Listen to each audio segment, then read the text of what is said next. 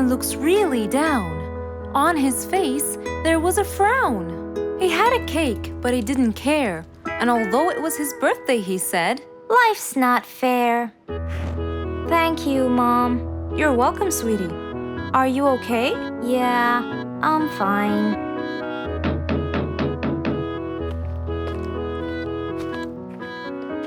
Oh, look who's here. It was Rue's best friends, Poppy and Fluffs. Hey there! Happy birthday! Wow, neat birthday cake. Yeah, just a normal birthday cake, traditional birthday hat, and the same old wishes over and over again. Rue, are you okay?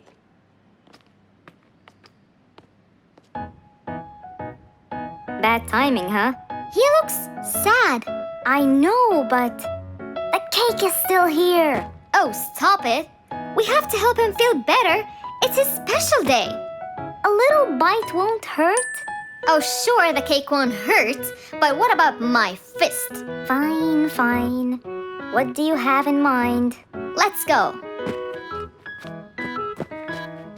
Where to? I know someone who can help. Mr. Fox? Duh. In an attempt to help their friend, Poppy and Fluffs went to Mr. Fox. Only he would know what to do.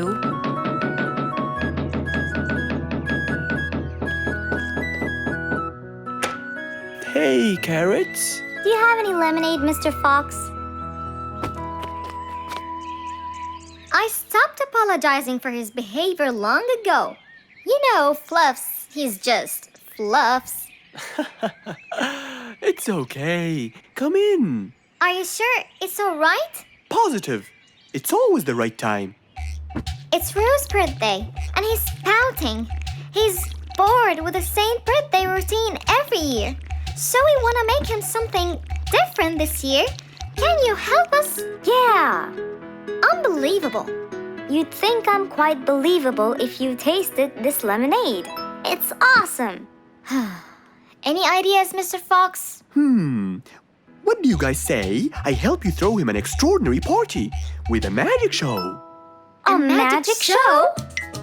But who's gonna perform the magic tricks? You guys will. I'll teach you. This is the best idea ever. I agree. We'll also bake him a cake. But he says cakes are boring. I can assure you, this one he will like. Sounds like the perfect plan. All right, first, let's bake the cake. It wasn't a very easy task, but all three of them worked hard to make this the best day ever.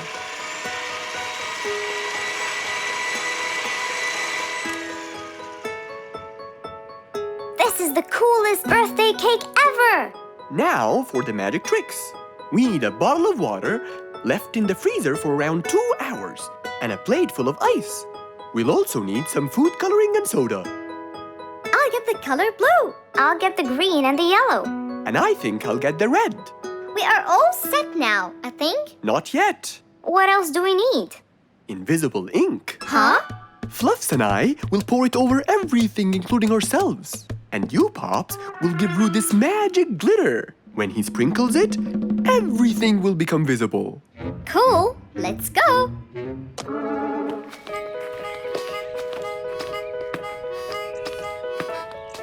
Let us pour the invisible ink now.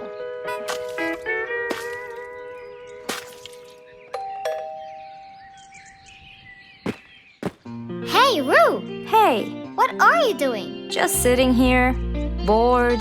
Well, not for long. Yeah, right. Well, think again. Happy birthday. What's this? You have to sprinkle it around to find out. Where? First, on the table.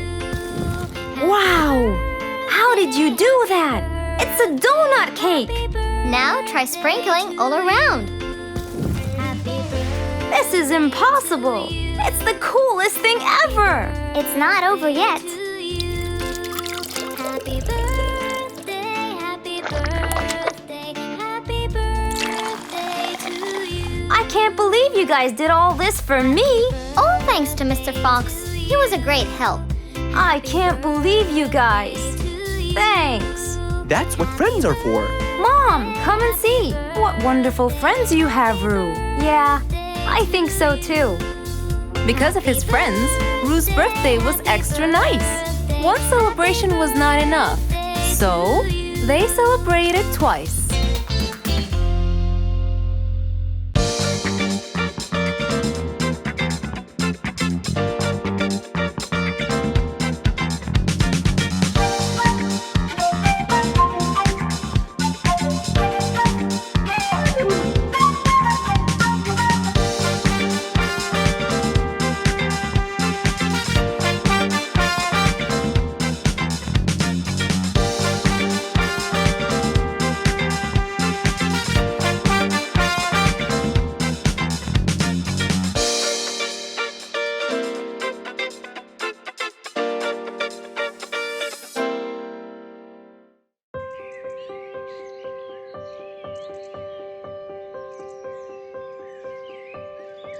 It was a beautiful spring morning.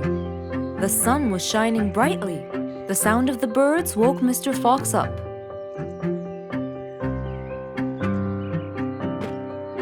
He changed his shirt, put on his tie, and his vest. Then he drank his tea. It was delicious. After reading a shop manager ad, he got into his car and drove off.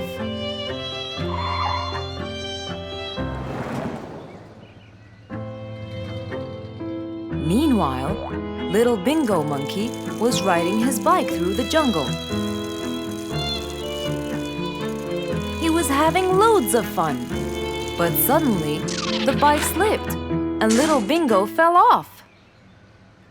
Are you okay, Bingo? Hang on, I'm coming. Yes, Mr. Fox, but my bike isn't. Oh, it looks like there's a problem with the tire. Don't worry, Bingo. I'm going to help you. Bingo, can you help me count how many nails I need? Of course. Here's 1, 2, 3, 4, 5, 6, 7, 8, 9. I think there are 9, Mr. Fox. Okay, Bingo. Let me count how many I have in my toolbox. 1, 2, 3, 4, 5, 6, 7, 8, 9. I'll get one more just in case he miscounted. So 9 plus 1. We need 10 nails. That's easy.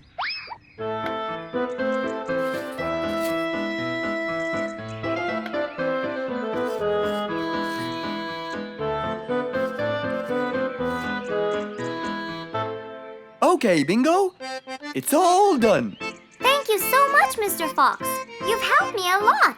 Come on, give it a go. So once again, little Bingo rode along happily.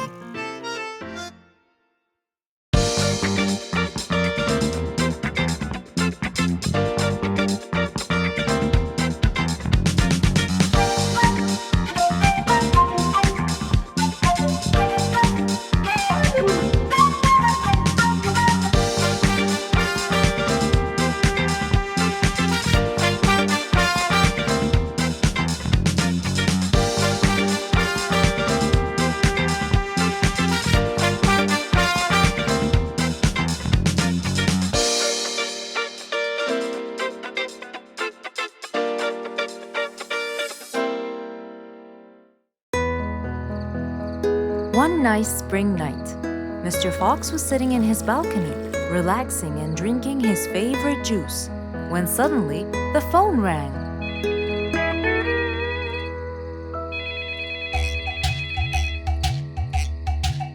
He wondered who would be calling him this time of night.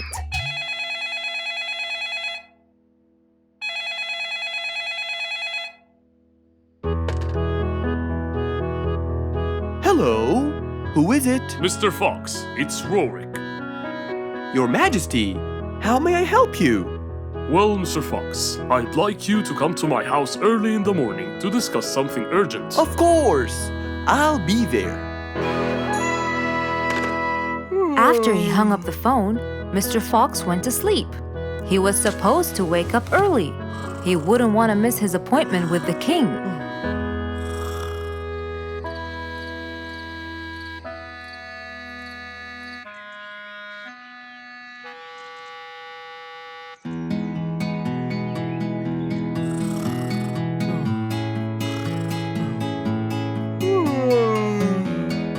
Early next morning, Mr. Fox woke up and went to wash his face.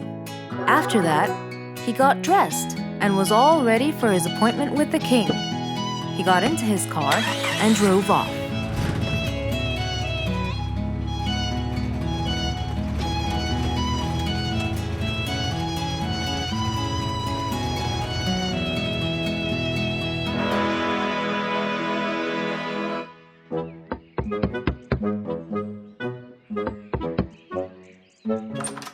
Hello, Mr. Fox. One moment, please. Your Majesty, Mr. Fox has just arrived. May he come in? Of course. Let him in. Come in, Mr. Fox. His Majesty is waiting for you. Good morning, Your Majesty. Hope I'm not late. No. You're always on time. How are you, Mr. Fox? I'm fine. And how's our little Frisky? He's fine. A little mischief every now and then.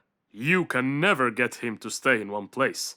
But thanks to your bracelet, we can always find him. Saved us a lot of trouble. It's my pleasure. So tell me about this urgent matter. As you know, our jungle's population has been increasing lately. Indeed, our population has increased. Yes, but it's getting harder to summon them all to the meeting every time. That's why I called you, Mr. Fox. I need you to figure out a way for me to reach all the animals at the same time. Let me see. I need to think this through. That's okay, Mr. Fox. But please, don't take too much time. Don't you worry, Your Majesty. I will find a solution by tomorrow. As Mr. Fox got into his car to get back home, he thought all the while about the king's request. How could he help the king with his problem? With everything else Mr. Fox has faced, this might be a slightly bigger challenge for him.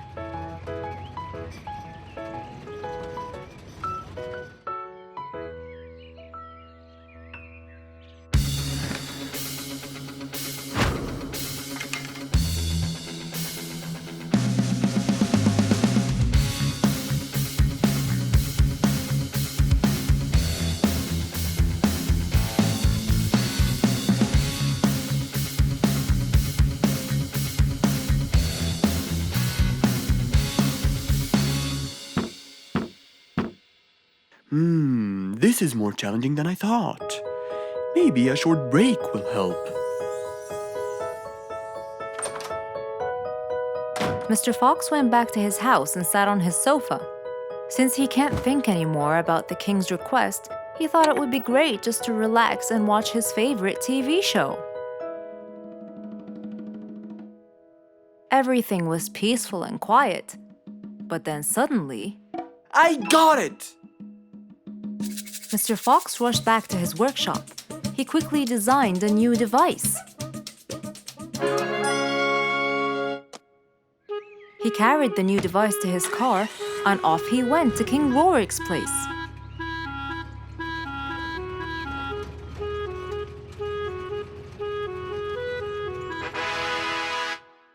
Mr. Fox, I thought you were coming tomorrow. Did you solve my problem? Yes, Your Majesty. This is a solution to your problem. That's great! But what's that, Mr. Fox? This is a megaphone. I made it specially for you. Every time you need to meet the animals, all you have to do is roar into it. Mr. Fox, you're a genius! But be careful. It's powerful. So make sure that no one is around you when you use it. Of course! I can't thank you enough, Mr. Fox. You're a great asset to all of us. It's my pleasure, Your Majesty.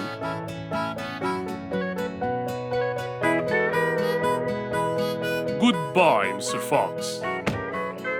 Mr. Fox got into his car and waved goodbye to the king. He was feeling happy and pleased. The problem was now solved, and he was able to help out a friend once more.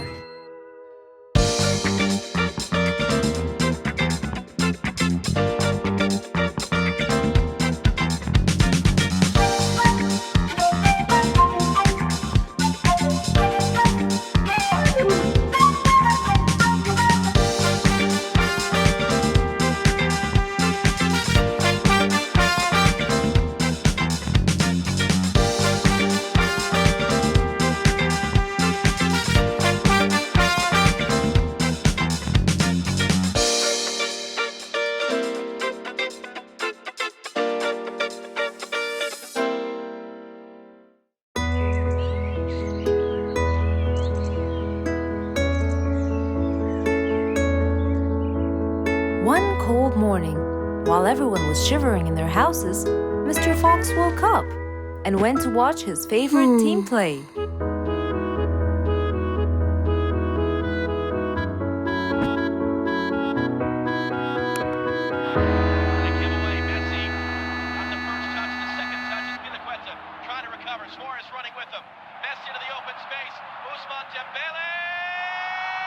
Ah! He's going to win! I wonder who could it be so early? Wait a second! I'll be right there! Good morning, Woody! How are you? It's been a long time since we last met. Oh, Mr. Fox, it has been a while.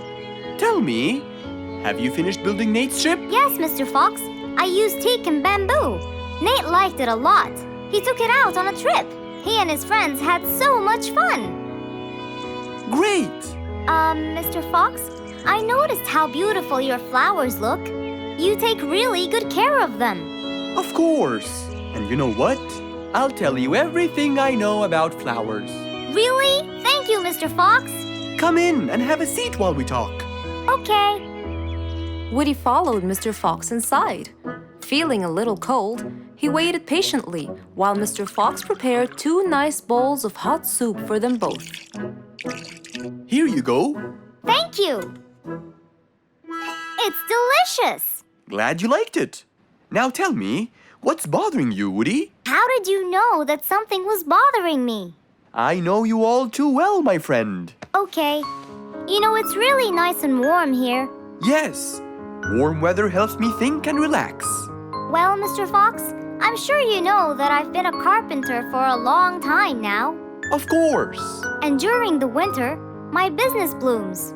And my customers increase because I sell them the wood they use for their fireplace. Very good. But where's the problem? The problem is, they're not all the same. So each customer needs the wood to be suitable in size for his fireplace. That's true. And as you know, I work alone. So I take so much time and effort to cut and adjust the wood to suit each and every customer in this jungle. Sounds like a serious problem. He looks really worried. Okay, Woody, why don't you come with me to my workshop? It's round the back. There, we can think together and I can invent something to help you solve your problem. I really hope so, Mr. Fox. Don't worry, we will. I know. And you taught me that there's a solution to every problem. And Mr. Fox solves every problem. Ha ha ha! That's right, Woody.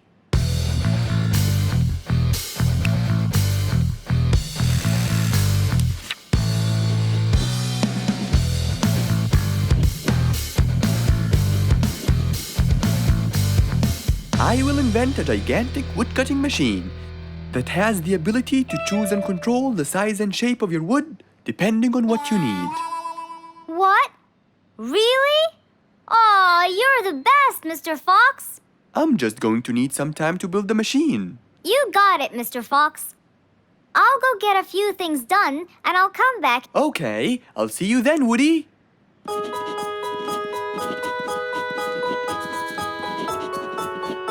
Mr. Fox started designing his cutting-edge invention. He knew that is exactly what Woody needed to help him with his carpenting business. And because he was making this device for Woody, he thought he'd add a bit of color to make it all even more special. Finally, this is it! Mr. Fox's size-adjusting wood-cutting machine.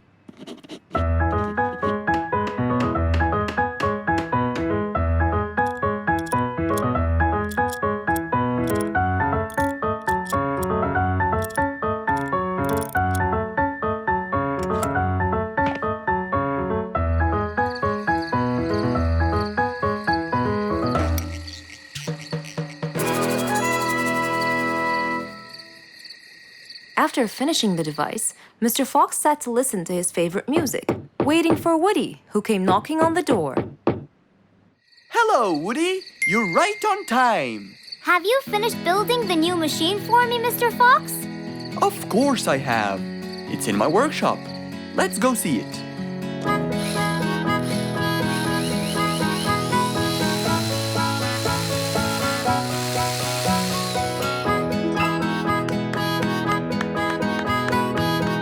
Fantastic!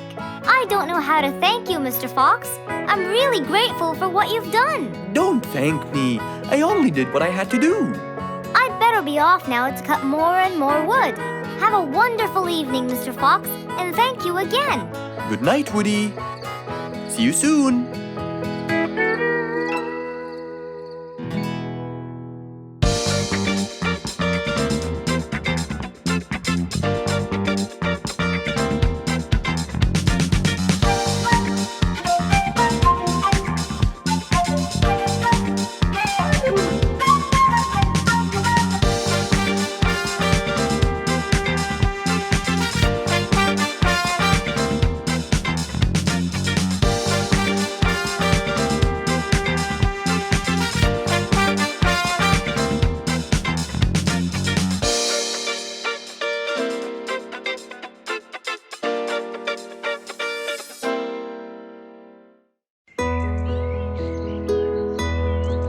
It was a bright, early spring morning.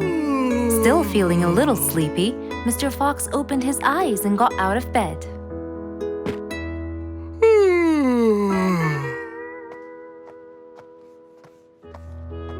Since the weather was beautiful outside and awfully tempting, Mr. Fox decided to go for a walk in the jungle. The sun was shining, the birds were twittering. It was a very peaceful morning. Well, sort of. Worried that something terrible could have happened to one of the animals in the jungle, Mr. Fox sprinted towards the sound. Are you kidding me? You're the size of an air balloon! Are you making fun of my size, you piece of you? What? Take that back now, you... No! I'll never take it back! This was all your fault! No, it wasn't! It was yours! No! It's always your fault! Now, calm down. Oh, Mr. Fox, I'm so glad you passed by. You're the only one that could solve my problem. Solve your problem? No, Mr. Fox will solve our problem. No way! What you did was a total crime. So not true. You're the one who started it all and injured me, you big There, calm down. And just tell me what happened. He woke me squeeze up! Slow down, one at a time. Mr. Panda, you go first. Thank you. Now, I was walking heading to my house when I realized that for me to get there, it will take me 12 minutes. And I was so tired and sleepy. So I thought about it, and I realized I should just lay here for a while and take a short nap. And just as I was starting to get comfortable, I found little chicklets screaming with the highest pitch into my ears, Mr. Fox. My ears! Can you believe that? Well, that's not a very nice thing to do, little chicklets. Why did you do that? But I didn't, Mr. Fox. And how is that? I was heading to my favorite lake, and I was walking just right behind Mr. Wicks, when all of a sudden, out of nowhere, he decided to lay down and fell to the ground and squeezed my beautiful wing. And if it wasn't for my high-pitched voice, I would have been dead by now.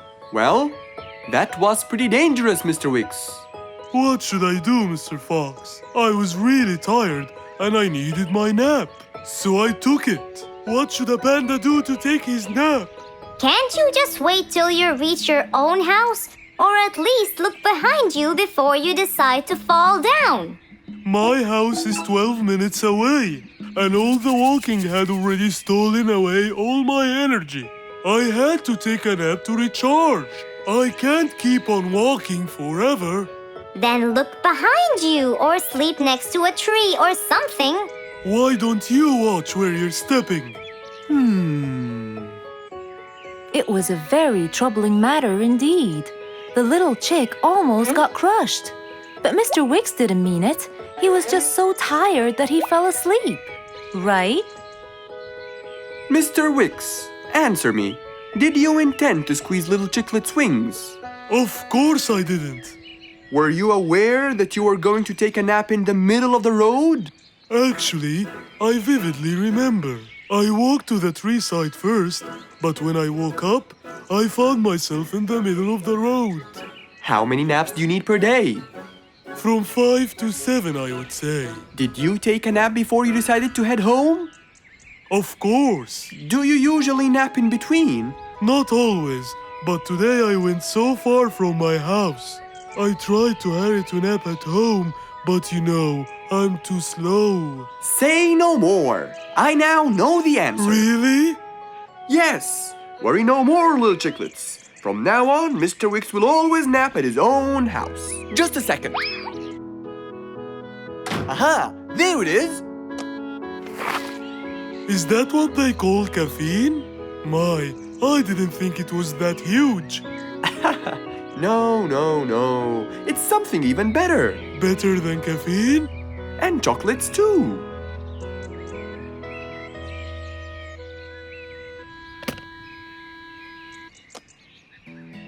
Wow! Rollerblades! So you'll be able to move fast and reach your house as fast as you can. Oh, can I try it now? Sure you can. Wow! Whee! Yahoo! Thank you, Mr. Fox. Anytime you need me, I'll be there. It was a bright sunny day. Mr. Fox had had his breakfast and was now out doing his morning exercises. It was then when he saw Woody, who was passing by. Ah, Woody, how are you? Haven't seen you in a while. I really missed you. I'm fine, Mr. Fox. I really missed you. I hope you're doing great. Why does he look so sad? I hope nothing bad has happened. You look a bit down, Woody. Is everything all right? Are you okay? Oh, Mr. Fox, I really need your help with an urgent matter. Don't you worry, my friend. Big or small, every problem has a solution. I assure you, everything will be all right. Oh, I know, Mr. Fox. I can always count on you. Let's go inside. I'll get you something to drink, and then we can sit down and you can tell me all about your problem. Let's go. Woody followed Mr. Fox to his house. There, Mr. Fox prepared something special for Woody to help make him feel better.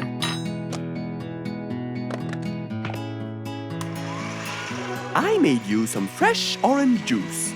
This will help you relax and cheer you up. Oh, you're very generous. I love orange juice. Thank you.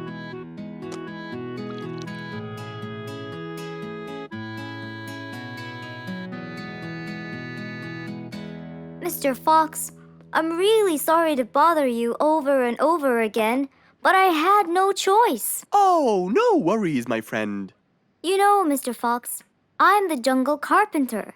My business has been growing recently, and now I have many customers. Yes, you're a hard worker. You deserve it. I used to build boats for fishermen.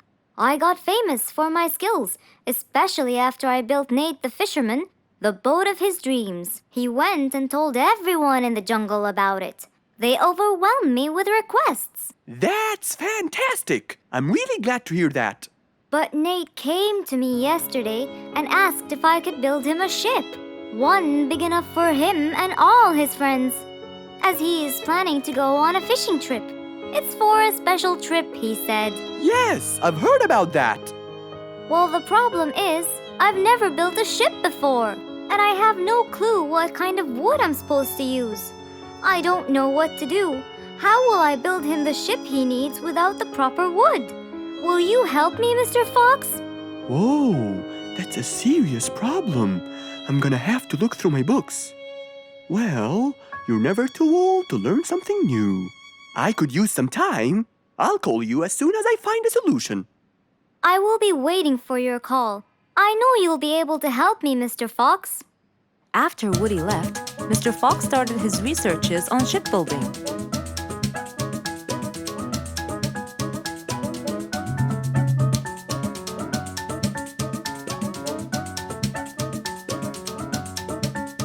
After hours and hours of hard work, he finally got it. Yes! I've got it! But what did he get? We'll find out in the next episode.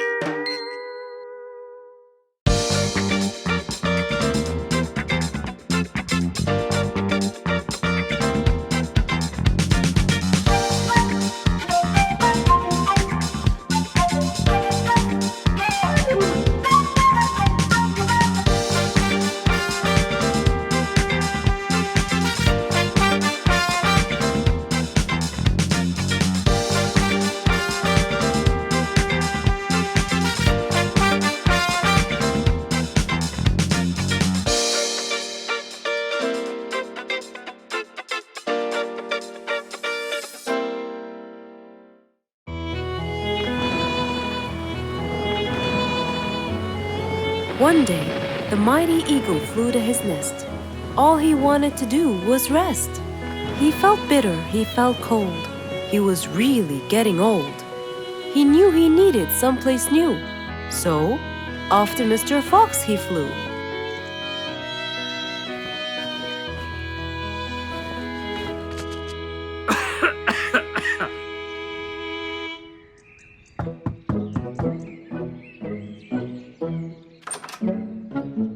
Oh, hello, Mr. Eagle. You look so tired. Please, come in. Thank you, Mr. Fox.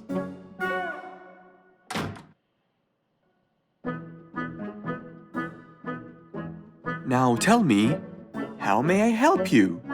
Mr. Fox, I spent years in prosperity and glory, but I'm old now and tired.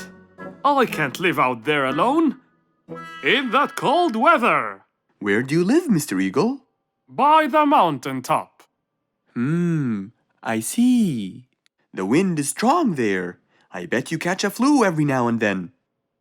Well, I didn't used to, but that's all in the past. Now I'm old and weary. I'm not what I used to be. Plus I get so lonely up there. There is no one around to talk to, and no one to help me get better if I get sick. Why don't you come and live with us in the jungle? I looked around, but I couldn't find the right place for my huge nest. I'm too old to build a new one, and I can't really stay in someone's home. Mr. Fox kept thinking for a while. What could he do to help his dear old friend?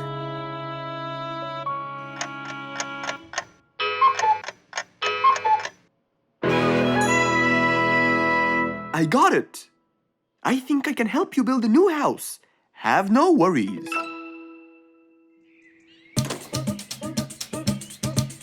Mr. Fox quickly grabbed his toolbox and hopped into his car. He drove through the jungle while Mr. Eagle flew above him. He stopped in front of a tree that looked both old and firm, right in the middle of the jungle.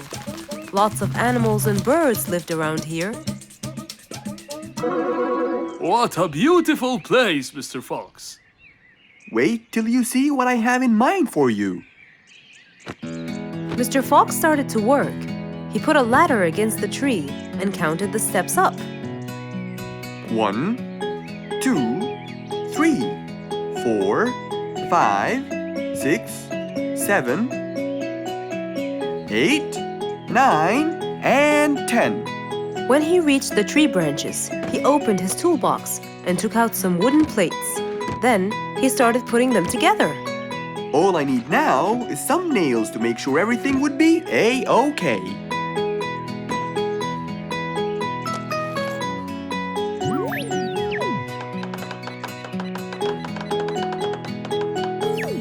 We're almost done, Mr. Eagle. Can't wait to see what it will look like, Mr. Fox. Oh my! What a wonderful treehouse! And it's all yours, Mr. Eagle. My own home. I can't believe it. Thank you so much, Mr. Fox. You're most welcome. As Mr. Eagle got inside his new house and closed the door, he felt a happiness like never before. He knew Mr. Fox's idea was truly the best, for there was comfort, there was warmth. He felt really blessed.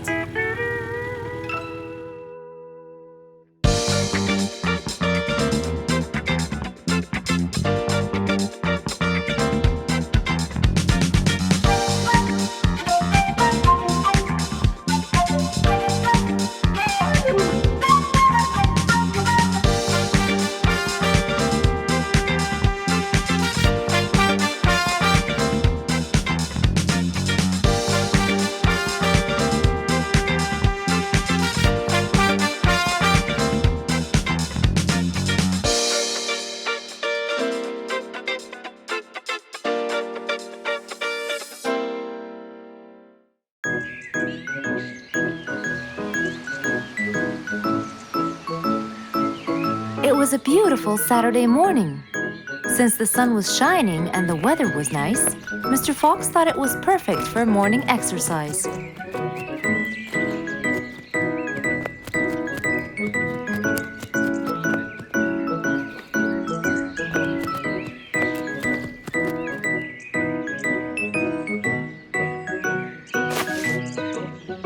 Ah, Piggy, how are you? Haven't seen you in a while. I really missed you.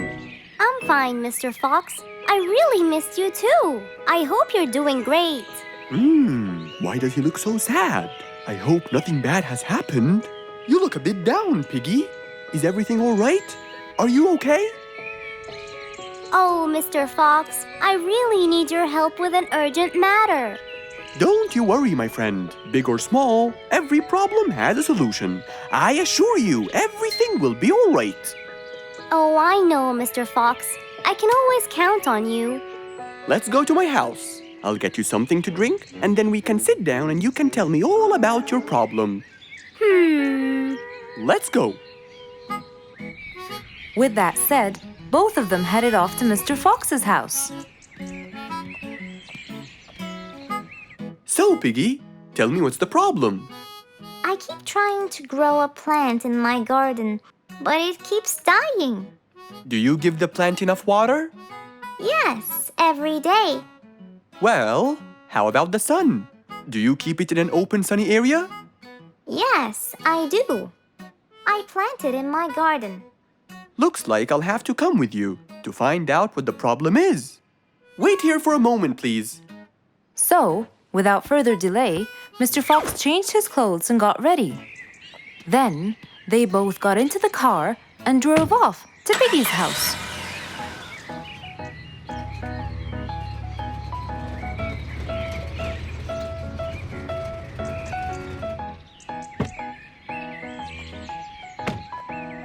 Look, Mr. Fox, these are the plants I told you about.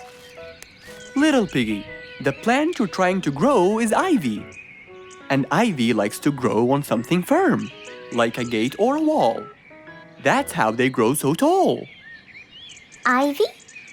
I thought it was just an ordinary plant. Well, you can still grow it on the garden wall. Piggy, do you have a ladder?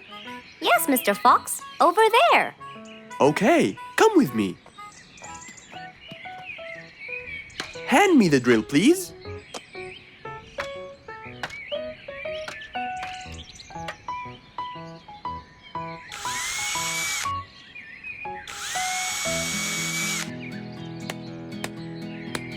After drilling the holes and hammering the nails, Mr. Fox hung the ivy plant all across the wall.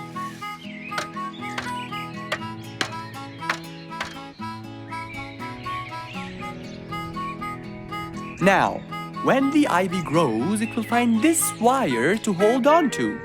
I got it. Thank you, Mr. Fox. You're welcome. Take good care of it.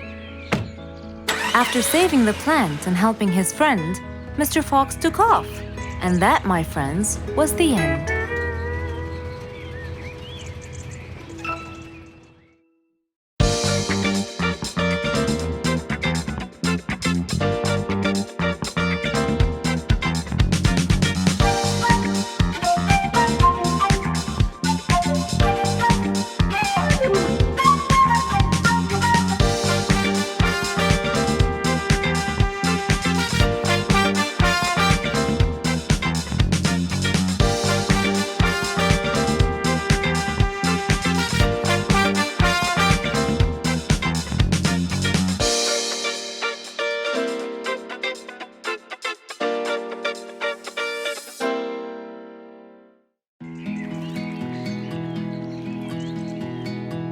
beautiful morning. Mr. Falcon should have been here by now. He was supposed to get me some sugar candies from the other side of the river. I can't cross that river on my own. I can't swim. I'd better go to Mr. Fox. He'll tell me what to do. And since Mr. Fox helped many more, she went to him and knocked on his door.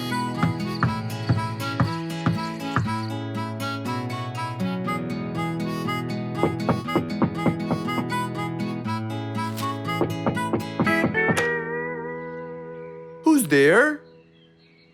Over here, Mr. Fox. Oh, little Auntie Lou. Welcome. Please come in. Thank you, Mr. Fox.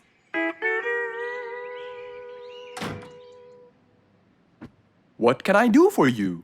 Mr. Fox, my problem might seem small, and I know how busy you are, but Don't worry, Auntie Lou. Whatever it is, we'll find a solution. Tell me, what's bothering you? sugar candies. Sugar candies? But you love them. Yes, Mr. Fox, I do. That's the problem. The only place I can find them is by the other end of the river side, and I don't know how to swim. Well, how did you get them before? I had some friends who would cross the river and bring me some candies with them. But I can't wait for them to go every time. I want to be able to get them myself. I see. So you want a way to cross that river by yourself. Yes. Do you want to learn how to swim? Impossible. I'm so afraid of the water. It's my worst nightmare. Isn't there any other way, Mr. Fox? Sure there is. Let me think. Mr. Fox thought quickly and without delay, for there was already another way. He'll build a bridge for Auntie Lou, so she could cross whenever she wanted to. Little Auntie Lou, how wide is that river? Very wide, Mr. Fox. It won't be easy, but let's go. Into the workshop ran Mr. Fox. He grabbed some wood and his toolbox. He put them in his Jeep and hopped inside. Then he and Auntie Lou went for a ride.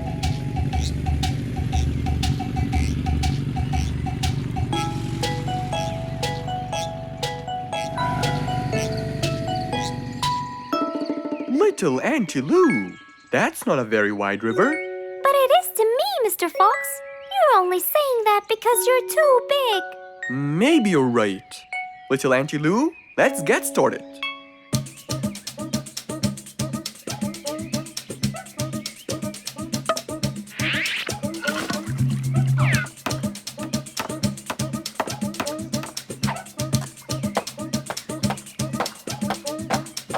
Finally, the bridge is complete.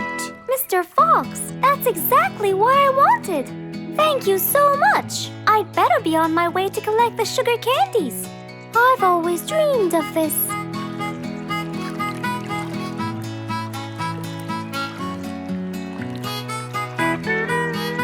Enjoy the candy, little Auntie Lou. After giving his friend a happy end to the day, Mr. Fox took his car and carefully drove away.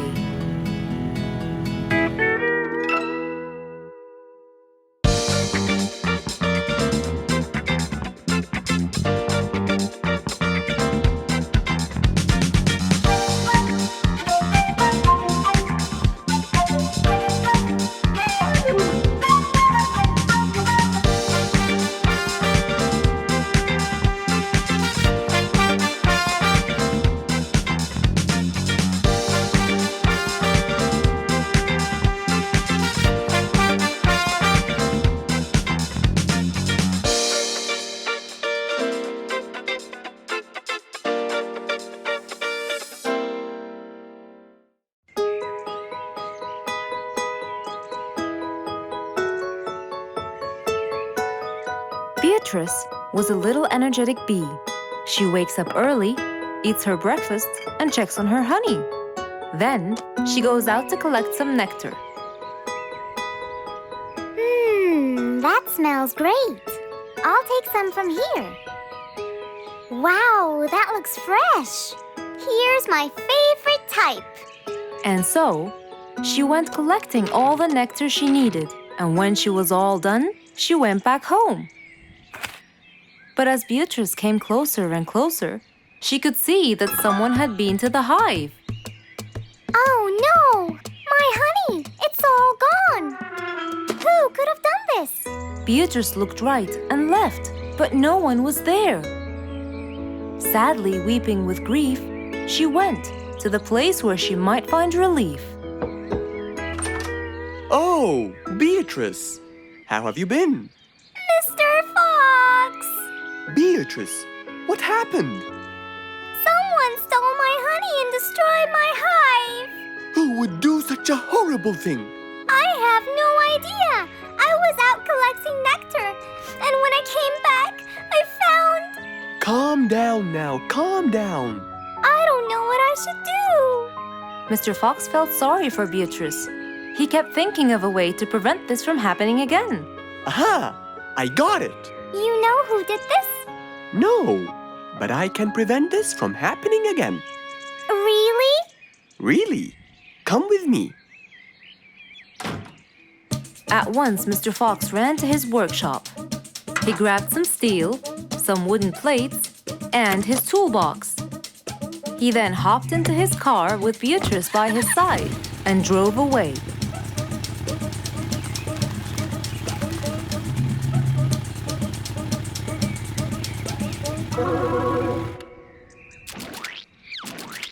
Oh, See?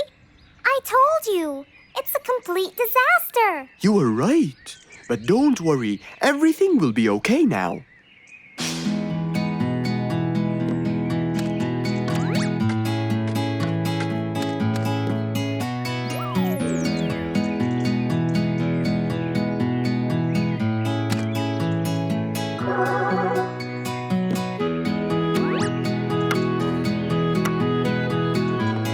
Mr. Fox started to work. He got the wooden plates and built a box out of them, which he put on the tree branch. Then he surrounded the box with steel. He made sure the nails went in properly and made a door for little Beatrice. Now, all done. Wow! It's amazing! Thank you, Mr. Fox. There, take this too. And what's this? This is the key to your hive, so no one would enter without your permission. Really? Oh, I can't thank you enough. Don't worry about it, Beatrice.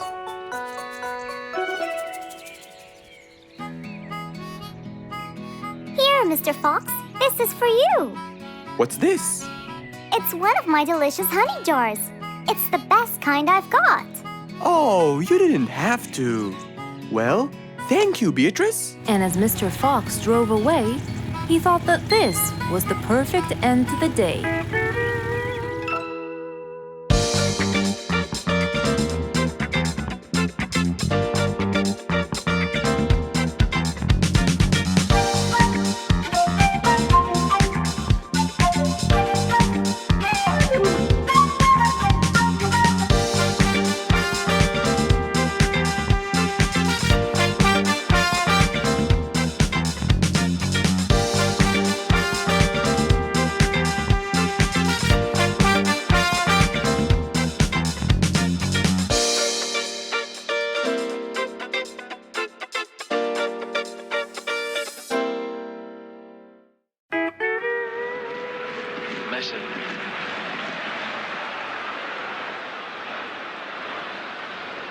Messi. Yeah! Juventus nearly through to half-time with a clean sheet intact for this remodeled back line. But then they gave Lionel Messi just a little bit of space. Hello? Who is it? It's Rorik, Mr. Fox. I have a huge problem. Please come immediately. I'll be right there.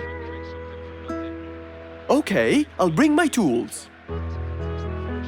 Don't worry, Your Majesty. I'll come as fast as I can. So, without a moment to lose, Mr. Fox got dressed, put his toolbox in his car, then he drove off in a hurry.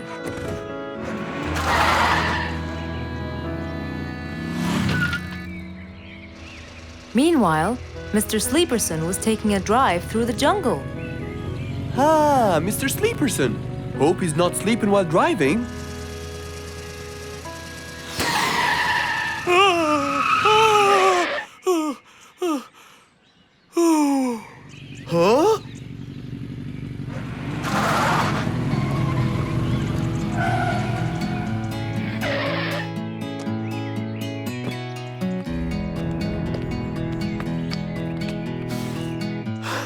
Mr. Sleeperson, are you alright? I've had enough. Enough is enough. I can't believe his hairy face. What happened? It must be the second or third time I changed the tires, and every time Congo just deceives me. What? Congo? Impossible! He's a good mechanic. Then why did my tires explode like this? It put my life in danger, you know. I don't know, but I'm sure something isn't right. It's the gorilla, I'm telling you. Then let's call him and see what happens.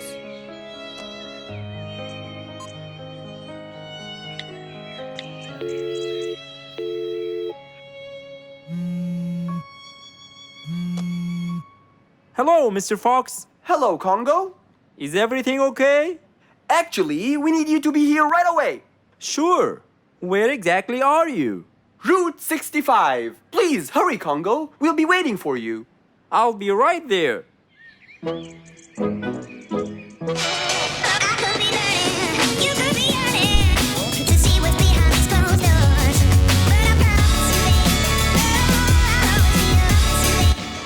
Here he comes. Please calm down and let me handle this. Okay, let's see what he'll say this time.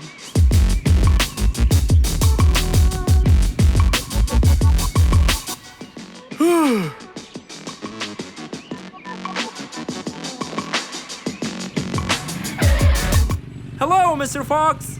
Hello, Congo. What happened, Mr. Fox? You got me worried. Is it true you sold these tires to Mr. Sleeperson? Yes, that's right. What happened then? I told him 100 times, Mr. Fox. Those tires are special. They must be filled with a certain amount of air pressure. But he always sleeps and forgets.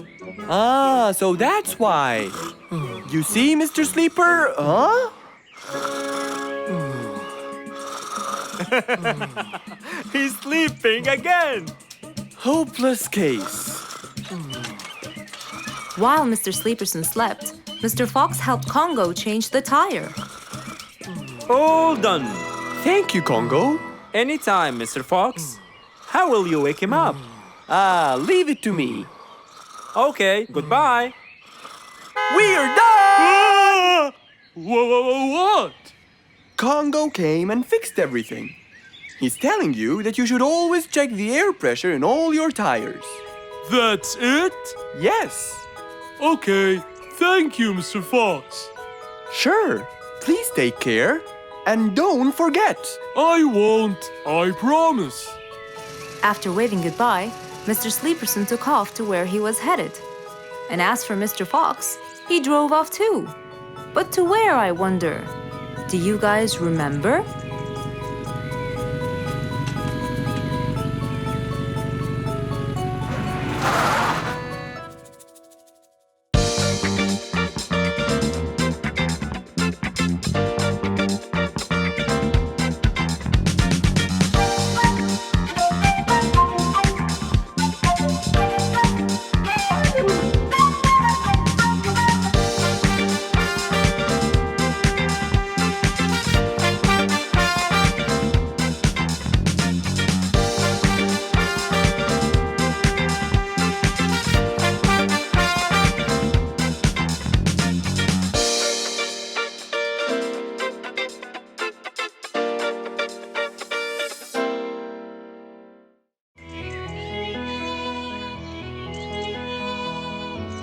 It was a very fine day. In the beautiful month of May, Mr. Fox decided to go for a walk. So, without further delay, he was on his way.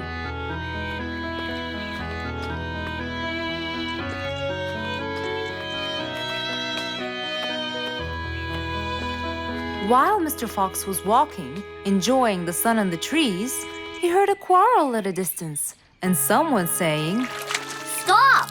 Please!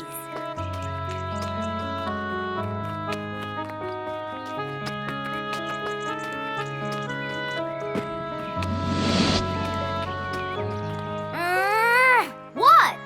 Can't a monkey enjoy a spring nap in peace? Jump somewhere else. I don't care. Excuse me? You splash somewhere else. You've got the whole ocean. That's more than enough room. What's going on here? I like it here, and I'm going to stay. You stink. Bingo? Bite me. Bubbles? I gobble you up, but I prefer a healthy diet. What's the matter with you two? I'm calm and happy. I'm just simply awesome. Mr. Fox, can you believe her? Honestly, I don't believe the fact that you two are fighting in this lovely weather. You tell him, Mr. Fox. Such a gloomy monkey. All I want to do is take a nap. Such a gloomy monkey. Such a gloomy monkey. Bubbles, stop that. What's your problem, Bingo? What can I say, Mr. Fox? I just wanted to nap on my hammock. But Bubbles kept splashing water all over me. And it's so irritating. As if it wasn't on purpose, Mr. Fox. I just wanted to enjoy spring my way. Can't I enjoy the weather however I please? Of course you can. But Mr. Fox! And you too should enjoy your spring nap as well, Bingo. Finally! That's right. Go enjoy your spring sleepiness some other place. Say what now? You know what? I've got the perfect solution to your problem. Really? Yes, and it's very simple. What is it, Mr. Fox? Wait here for a second. Don't splash water for a short while, okay? Fine.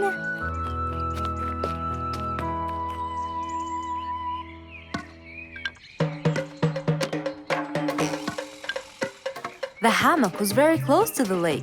That's why Bingo got water all over him every time Bubbles splashed. But Mr. Fox wasn't gonna let them fight. He had the perfect solution for both their plights. What are you doing, Mr. Fox? Wait and see for yourself.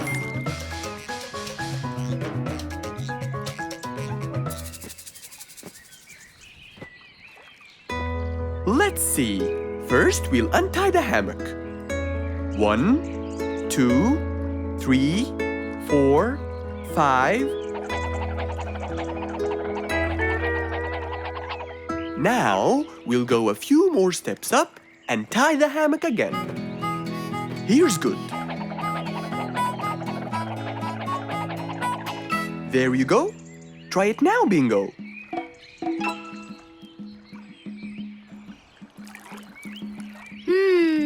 Very comfortable, Mr. Fox. I love it. And the air up here makes me sleepier. Bubbles, give me your biggest splash.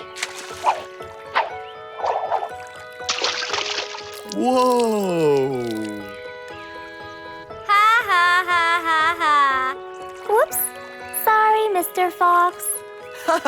Don't worry about it. I feel fresh. Mr. Fox's work was done. First there was trouble, now there was none. For there was indeed no better deed than rushing to help a friend in need.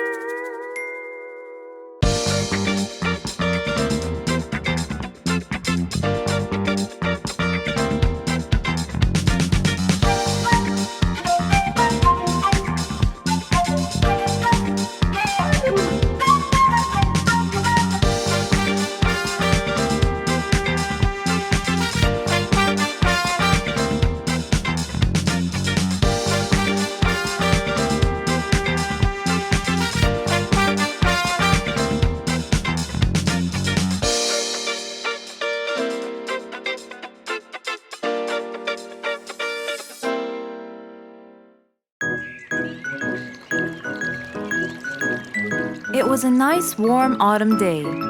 Mr. Fox was doing his morning exercises, sit-ups, push-ups, and running on the jungle track. A very refreshing start to the day. But then, unexpectedly, fog started to form, stopping any plans to enjoy the beautiful weather. Why is there fog covering the whole jungle? This is really strange. It's been happening a lot lately. I really hope everyone's all right. I should head home now. Oh, I think I should probably stay home today. I don't have my morning newspaper yet. And how would I? It's impossible to see. Aha! Wait a minute. I'll try calling Mr. Falcon. He'll definitely tell me what's going on. Mr. Fox held the phone and dialed Mr. Falcon's number.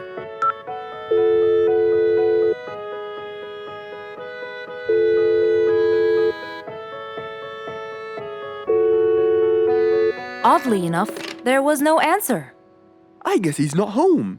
Maybe I can reach him on his walkie-talkie. As Mr. Fox went to look for his walkie-talkie, he heard a loud knock on the door.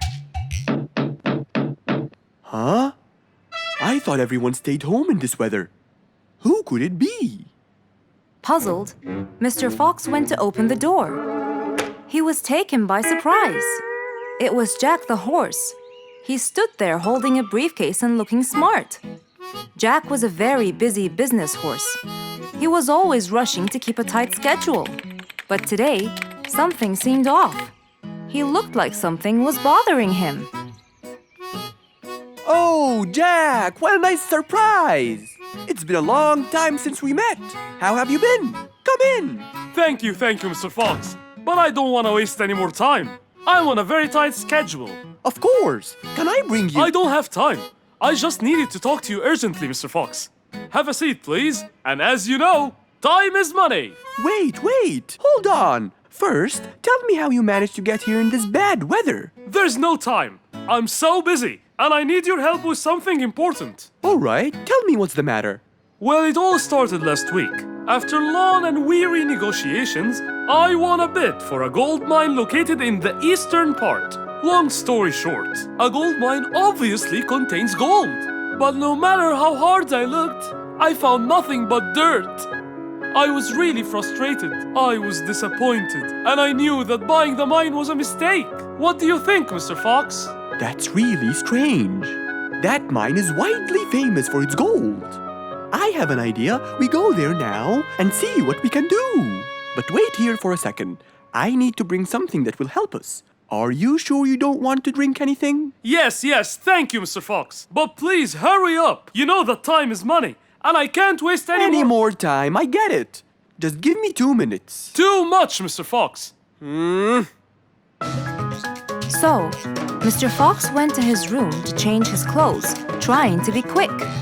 Then, he went to his workshop. He looked everywhere for his metal detector. When he found it, he took it and went back to his house, where Jack was standing there looking at his watch, with that usual impatient look on his face. Mr. Fox, why are you late? I have a really important meeting tonight at 8, you know. We're making a deal, and I don't want to waste any more time. You know that time is money. Time is money. I know that, Jack. But now we're wasting more time, aren't we? Right. Let's take my car, Mr. Fox. Okay. The fog had gradually started to clear away, and the vision became clearer and clearer. But as Mr. Fox was about to get in the car, something happened. What's that? What's going on? What happened? That's what we'll find out in the next episode.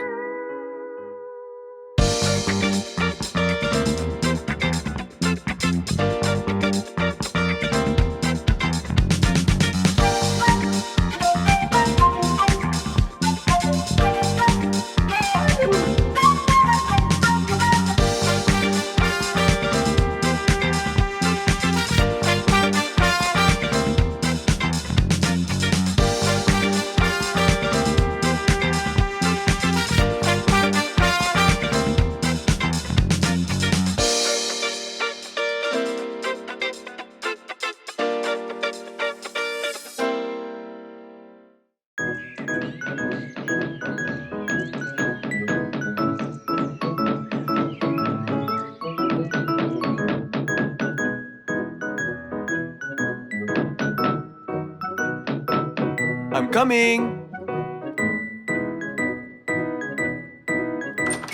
Good morning, Mr. Fox. Hello, my friends. Come on, let's go to the backyard. We can't wait to hear the rest of the story. Slow down. I can't understand you. I'll tell you, Mr. Fox. We came running here to listen to the rest of the story. Ah, okay then. What are we waiting for?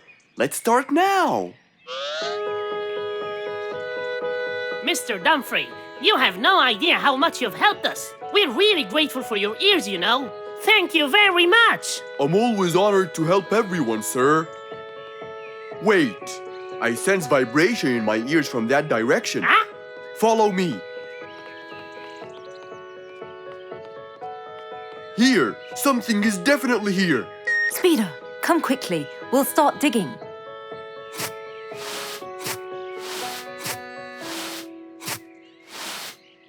Speeder, wait!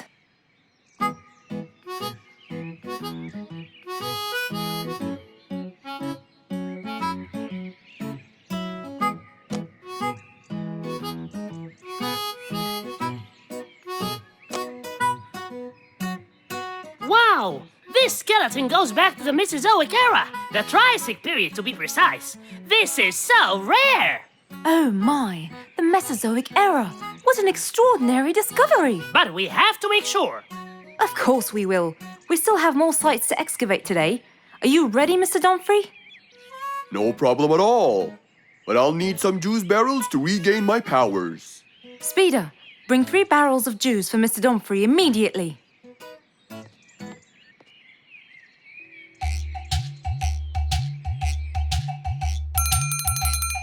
Come on in. I'm glad that I have this high table here. Oh, sorry, you can't stand and talk. You have to sit down to look at my teeth. Well, I really hope that your teeth will help me make the right decision. Don't worry at all. I'm here for your own welfare and saving. I hope so, Mr. Lucky.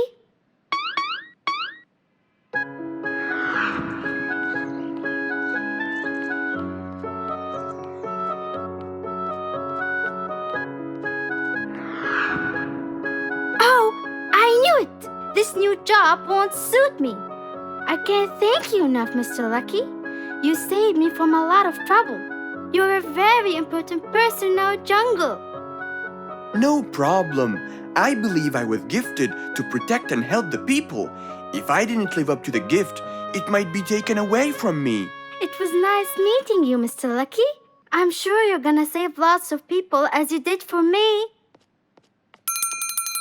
Number 82, please come in.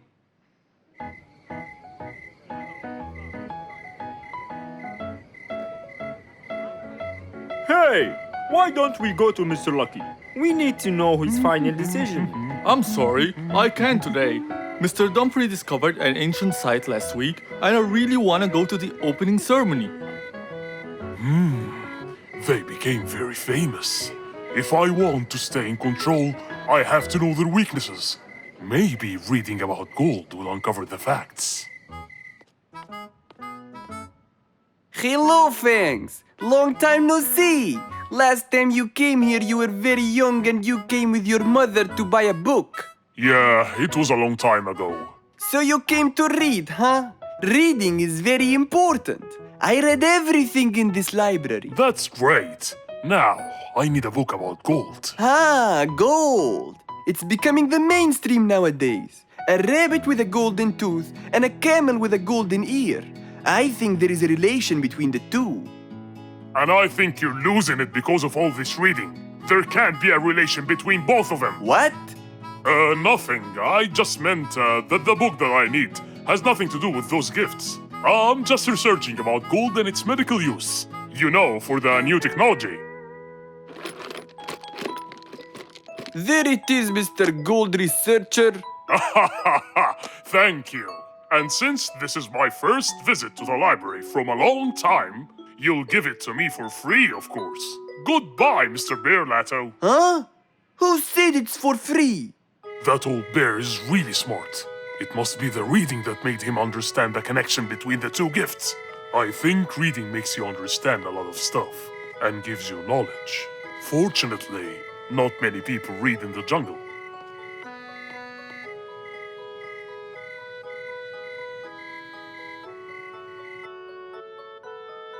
Yes, found it. Gold properties. Gold is known for its shine, and to keep gold shiny, scientists use a substance called ammonia. Ah, yes, that's it. Gold brightens and dims. When anyone looks into Lucky's teeth to see their future, it becomes clear as a mirror. And if a mirror is not as clear as crystal, no one will see anything. I can buy 2 liquids. One to dim the gold, and another to brighten it. And then I'll enter his house. Oh, I mean my house. And put the dimming liquid on his teeth. And when the glow fades, it will surely affect Dumfrey's ears as well.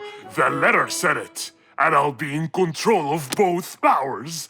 Oh yes, no matter what they do, they'll never be able to stop me! And that was the end of our story for today, my friends.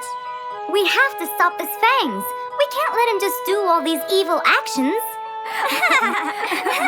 Calm down, Giselle. Yes, that Fangs should get what he deserves. Well, do you still remember what I told you yesterday? Yes, good always wins over evil. Well done. But don't be late next time.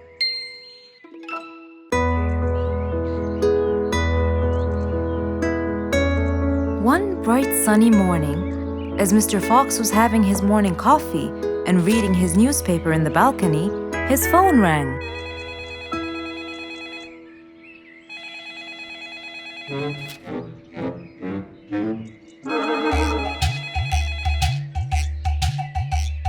Who could it be so early in the morning? Hello? Hello, Mr. Fox. It's Rorik. Oh, hello, Rorik. How are you today? Not very good, I'm afraid. Why is that? My piano. I tried playing it today, but it sounds weird. How so? I don't know. Could you please come and check it out? Sure, I'm on my way. Thank you, Mr. Fox. I'll be waiting for you. And I'll be right there. So, quickly, Mr. Fox changed his clothes. He took his toolbox and his car keys, got into his car, and drove off to Rorik's place.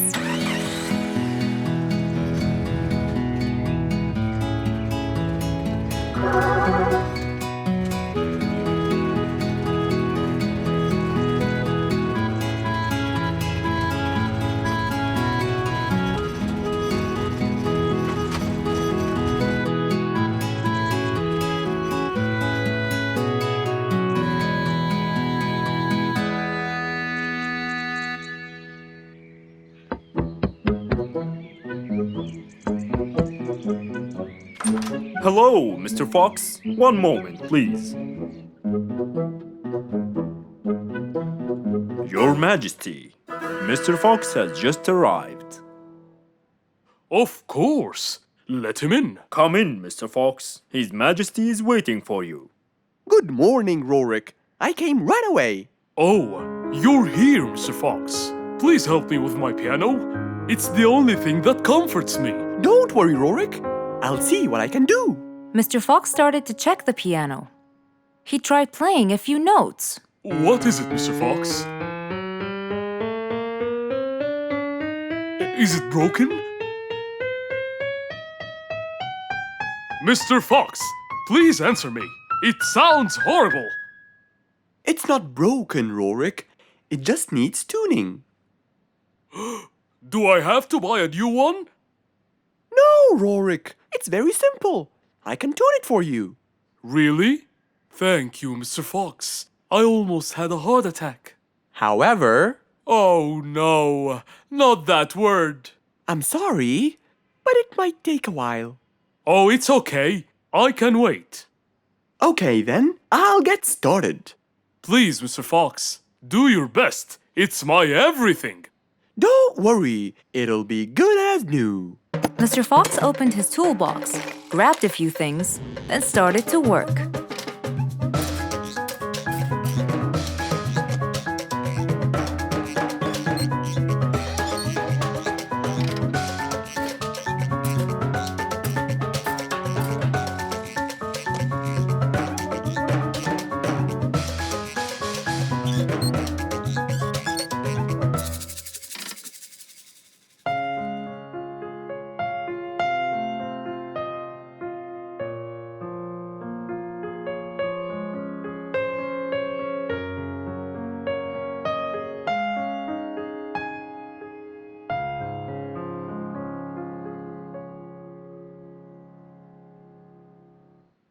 Beautiful.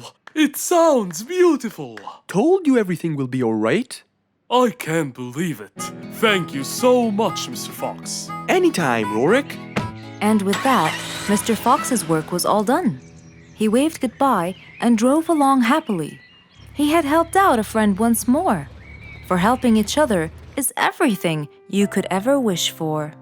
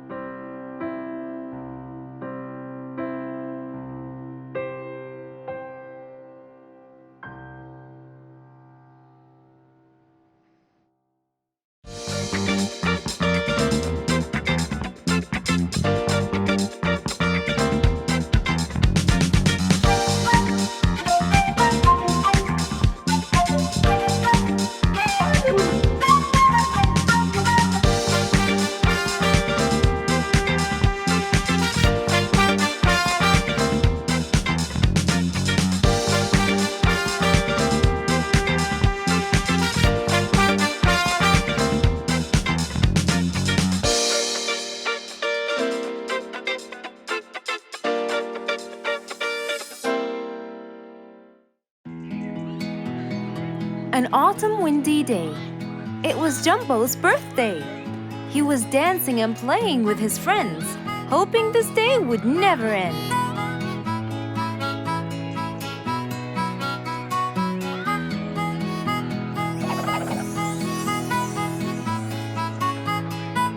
Everyone ran to hide all the same, but Jumbo slipped and fell. And that was the end of the game. All the animals heard the fall, but Mommy Jumbo ran before them all. Jumbo!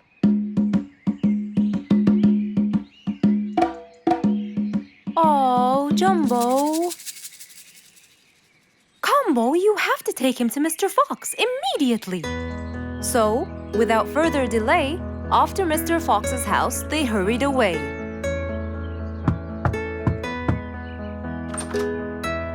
Hey, Mrs. Combo, what's wrong? Help me, Mr. Fox. Jumbo is ill. Oh, please, come in.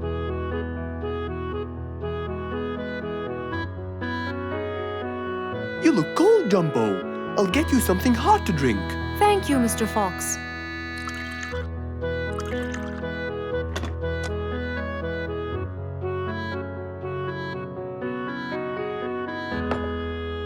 We were celebrating Jumbo's birthday. Oh, happy birthday, Jumbo. Thank you, Mr. Fox. But as he was playing with his friends, he slipped and fell into the pond. He started shivering and sneezing. I feared he might be sick, so I thought I should bring him to you, just in case. Well, why don't you lie down, Jumbo, and let's take your temperature. Open your mouth. Say, ah. Ah. Fever, stuffy nose, red dots all over his trunk. It's definitely sniffles. Oh my, sniffles? Don't worry, Mrs. Combo. It's just a sniffles fever. It will go away. All you need, champ, is some rest and just one pill of antidote. And when you're better, you can go back to play with your friends. Thank you, Mr. Fox. After thanking Mr. Fox, Mrs. Combo took Jumbo back home to let him rest.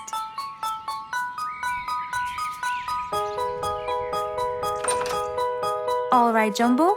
Now all you need to do is follow Mr. Fox's advice and keep Mr. Thermometer under Under my tongue?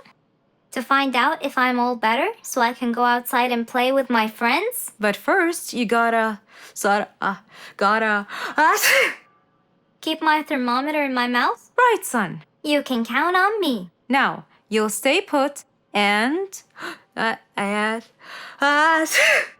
Oh, sorry. Call me when it beeps.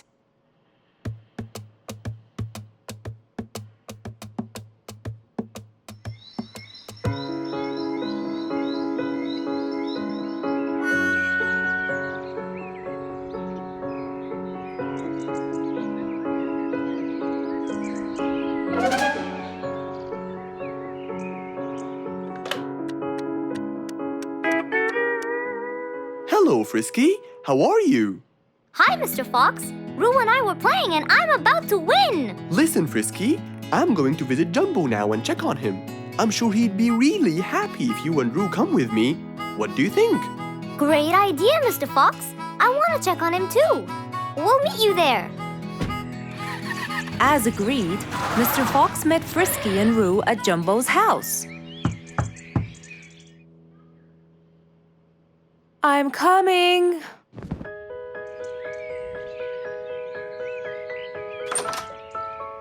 Hello, Mrs. Combo. We came to check on Jumbo. I hope he's feeling better now. Why, yes, Mr. Fox. Come in, everyone. Hey, Jumbo! I came to check on you. And I brought your friends along too. Are you feeling better now? Hi, Mr. Fox. Hi, guys. Hey, Jumbo. How are you feeling? Well, I feel better, but... Well, we need to take your temperature one more time, Jumbo. Is it time? It's time, all right? What does it say? Well, let's see. Your temperature is, oh. Your temperature is just fine and dandy, Jumbo. You're not sick anymore. You are A-OK. Yes! Now we can go outside and play. But first, I need to tell Mom.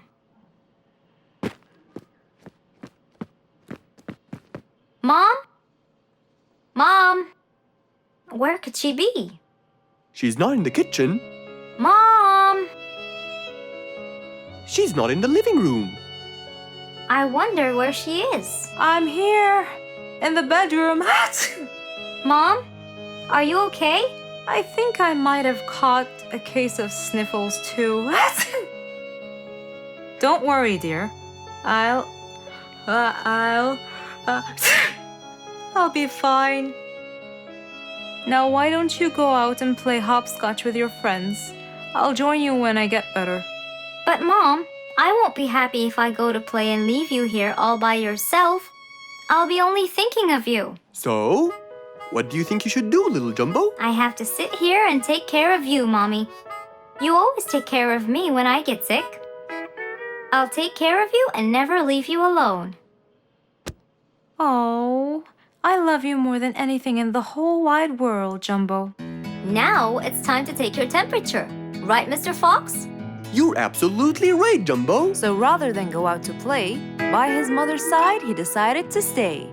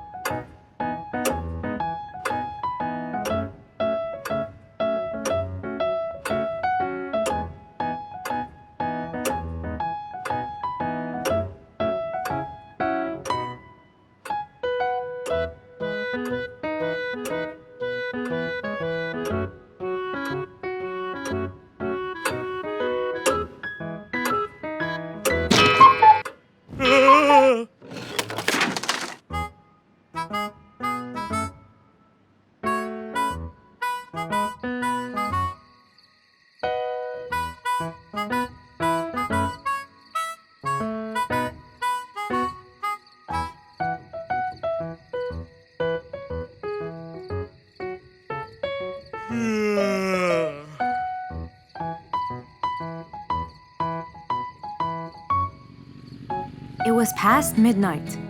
Mr. Sleeperson Koala was on his way home from work. The streets were empty and quiet. He was falling asleep. He tried really hard to keep his eyes open, when suddenly the car stopped for no reason. And Mr. Sleeperson didn't wake up, as if it was the hibernation season.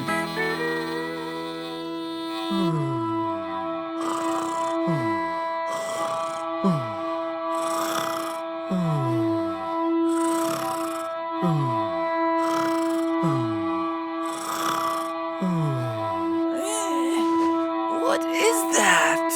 Mr. Sleeperson fell asleep on his driving wheel. The horn was too noisy for Mr. Fox to bear. He tried to block the sound out, but it was no use. He pulled his cap over his head, put earmuffs, but it was all in vain. He couldn't bear that horrible sound any longer. What a horrible sound! Who could it be this late at night? Oh no! Mr. Sleeperson! It's you again! What brought him here this time of night? And he slept on the driving wheel! Excuse me! Mr. Sleeperson! Hello? Hello?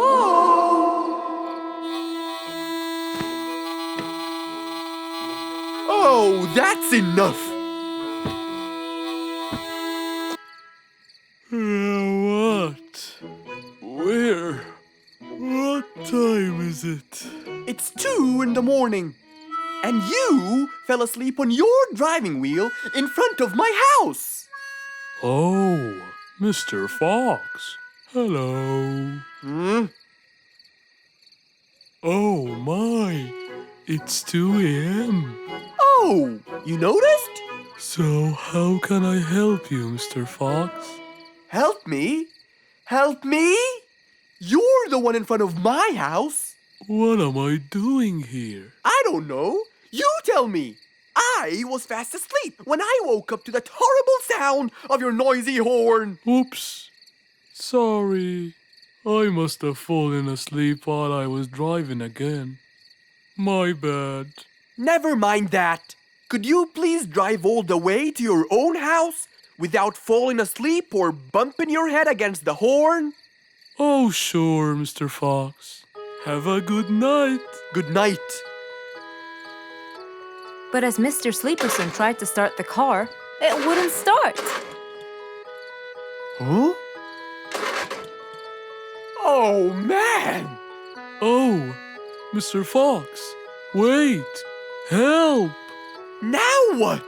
The car won't start. Is that so? Can you check it for me, please? Of course! Mr. Fox walked back to the car and started to check it out.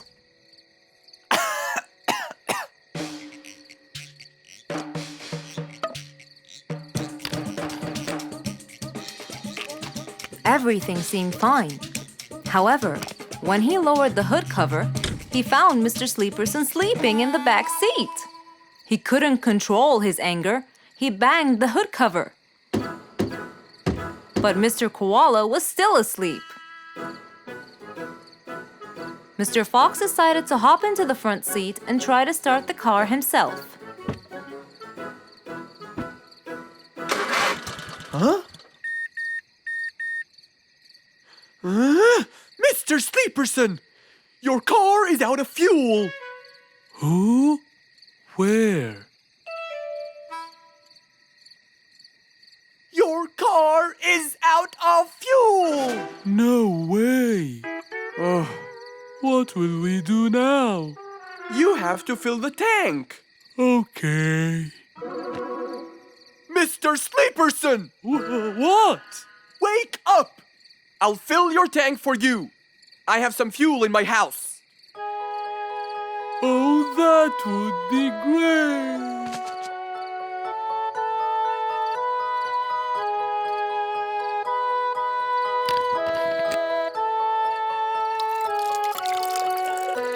Mr. Sleeperson, it's all done. You can go home now. Oh, thank you.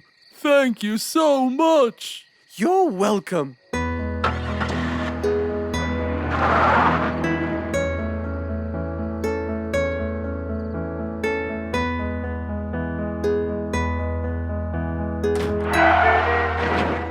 Oh, not again!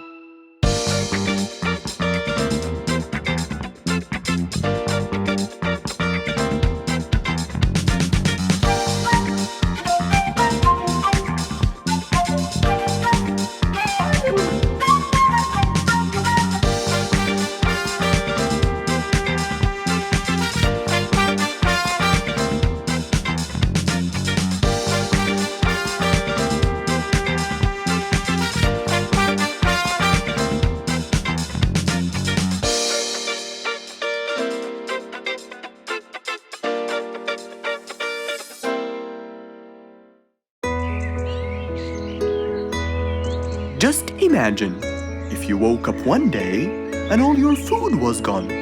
Your house was a big mess and the oven was turned on. What happened exactly? You really can't tell. But that's what happened to our friend Giselle.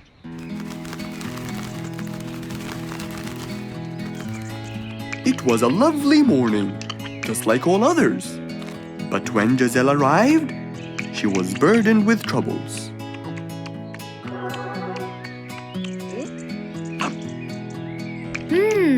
These are good. Yeah, my mom makes the best pancakes in the world. Look, it's Giselle. Hey, Giselle, come join us. Have some of these delicious pancakes.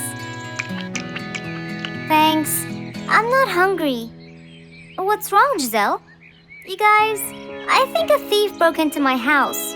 What? Food has been going missing from my home, but I didn't think much of it.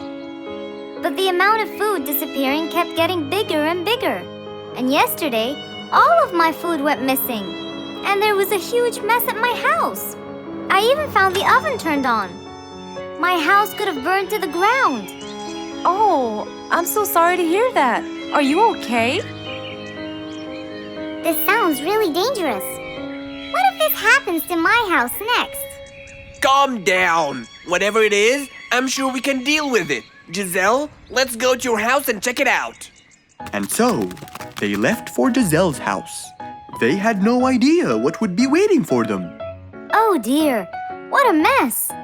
Did you not hear them at all? I heard noises, but by the time I got up, they were gone. Did they take anything else other than food? No, nothing else is missing. So how do you explain all this mess? maybe they were trying to find their way in the dark. I think Bingo's right.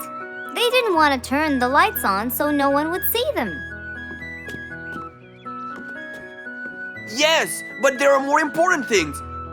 A thief had been here last night, and I don't think Giselle had time to worry about all the dishes. You're right. These are not mine. I didn't use these. That means that whoever was here didn't just steal the food, they ate it all here. That would explain why the oven was on. They cooked. Okay, calm down. We'll figure out a plan to catch them. But first, let's clean everything up. They started cleaning the house, trying to help their poor friend out, while being so worried about what's going to happen next. Any idea how we're going to catch them? I have an idea. We'll have a neighborhood watch. You know, we'll stay up around the house so we can catch them as soon as they come near. Sounds great. Giselle, why don't you go and get some sleep? We'll take care of it. Thanks, guys. They all sat in anticipation, ready to jump on the thief without any hesitation. But hours passed by with no one in sight. They started to become very, very tired. Does anybody else feel a little bit sleepy? Yeah, and cold, and a little hungry.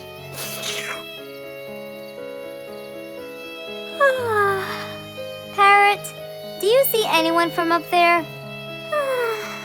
No, no one's around. Guys, you can go home. I'll stay here for the rest of the night. I'm not tired.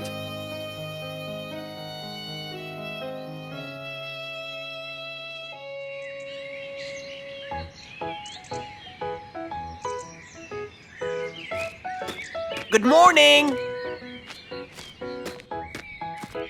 What happened after we left? Did you see them? I heard a noise from the bushes near the house, but no one was there. They must have seen me, got scared, and ran away. Wow, you must have looked so tough. How did you get them so scared? I'll teach you guys. First, you have to stand chin up, hands on your waist, and look so focused. Then, you walk back and forth in front of the house, so they wouldn't have a chance. Don't get distracted by anything, and most importantly, carry a weapon. A weapon? Yes, these are mine. A salt shaker and a ladle? It's a pepper shaker. You sprinkle it in their eyes and then hit them with a ladle.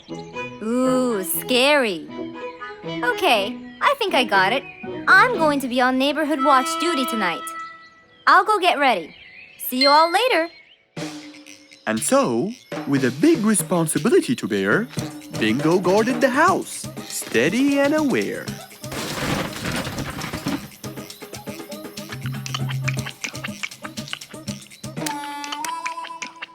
Zebra, what are you doing? What? Where am I? Giselle's house. What is that noise? Did you catch it?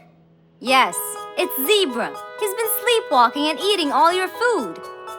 Oh no! Giselle, I'm so sorry. I wasn't stealing your food. This happened before. I sleepwalk a lot. Don't be mad. I can't believe it's been you all along. That is so funny. You're not going to tell everyone about it, are you? If she doesn't, I will. I knew you couldn't scare a thief away with a ladle. You could! You know what? I'm just happy Giselle is safe. I'll just go home now. I need some sleep.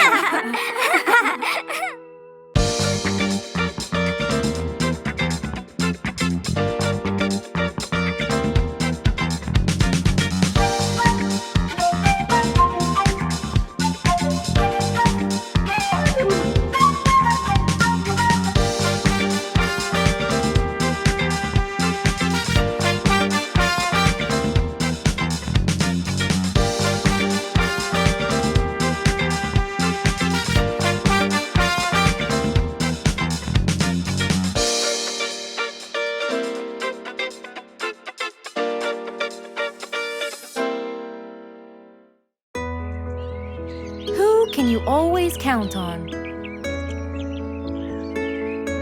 They're always there when you're feeling down, ready to draw a smile and remove that frown. They make a bad day so much better, especially if you share toys and play games together.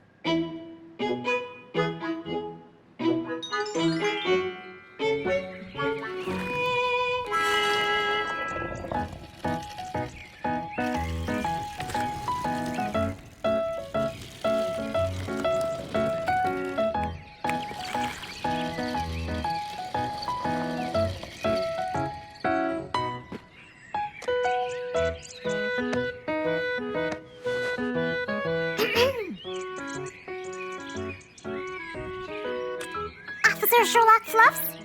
I'm with you, Officer Poppy Holmes. I think we're moving in the wrong direction. You might be right, Officer Poppy Holmes. I can see footsteps in the opposite direction.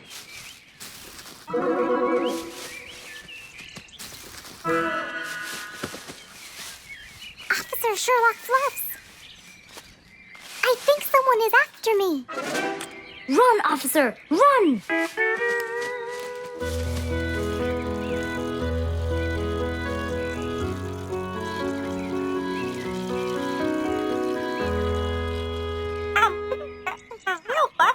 What do you mean? Poppy! Poppy! You there? Poppy! I can't believe we lost the connection. Poppy! Poppy, where are you? Filled with worry, Fluff searched and searched for Poppy, but he couldn't find her anywhere.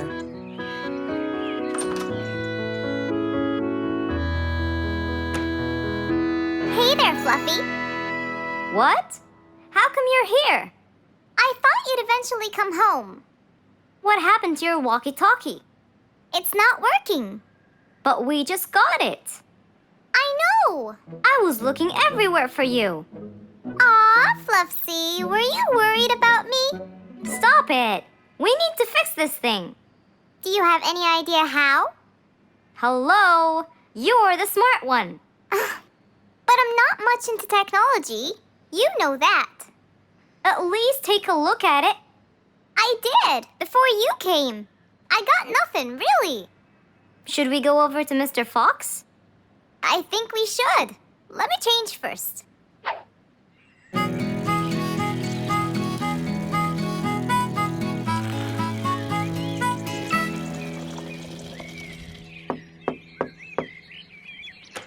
Hello? Hey, Mr. Fox, Poppy broke her walkie-talkie. I so did not. Don't fight, you two.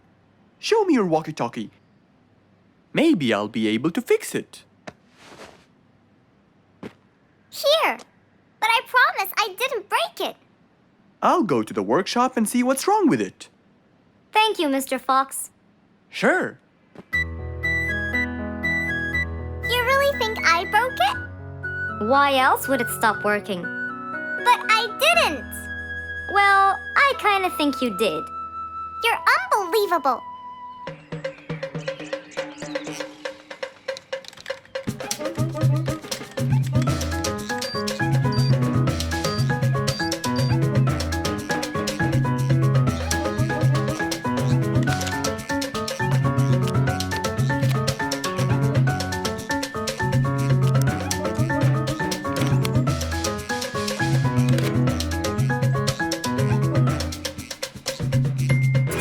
It's working just fine. I told you. Well, it wasn't before. I tried it. I know it wasn't, but now it is. See, Poppy, you did break it. And Mr. Fox fixed it. It wasn't broken, Fluffs. It just ran out of batteries. I'm sorry, Pops. Never mind. I was worried about you, though. I know. I have a wonderful brother. Brothers and sisters may fight every now and then, but at the end of the day, they're still best friends.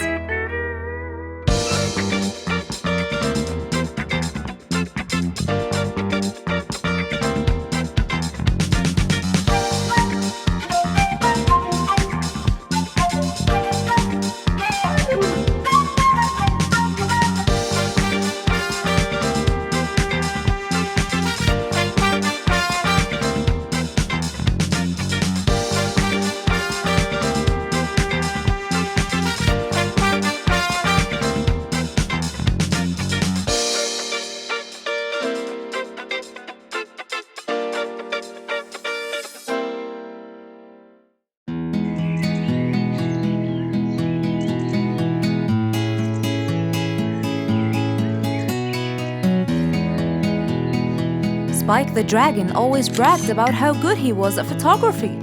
And all he wanted was just one little chance to prove to everyone how talented he was. It didn't take long before someone actually recommended him to be the official photographer of King Rorik the Lion's birthday party. All done and send. Wow! That's a nice picture! Now we know who'll be our photographer. And immediately, Mr. Tiger sent a message to Spike. Oh! Finally, someone recommended me. I won't let them down. I promise. And so, Spike started to train and practice some more. His pictures were beautiful, and he felt so happy. Everything went well until the morning of the party.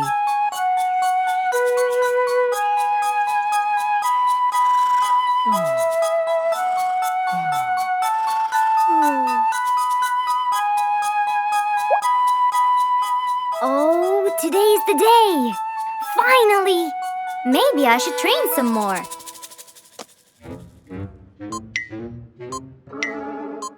Huh? Oh no! What have I done? While Spike was testing his camera, he pressed on something that changed his camera settings. Now all his pictures turned to white. Spike tried to change it back. He cleaned his lens and checked his filters, but all was in vain. What will I do? Oh, what will I do? I must go to Mr. Fox at once. Feeling so worried and sad, and with no clue what to do, Spike held his camera and flew off to Mr. Fox.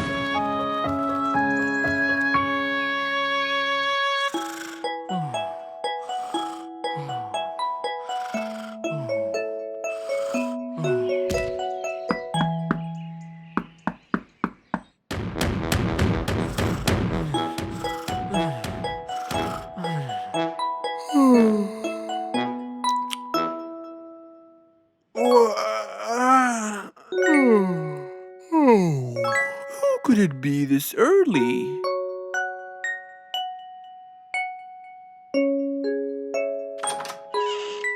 Oh, Spike, it's you.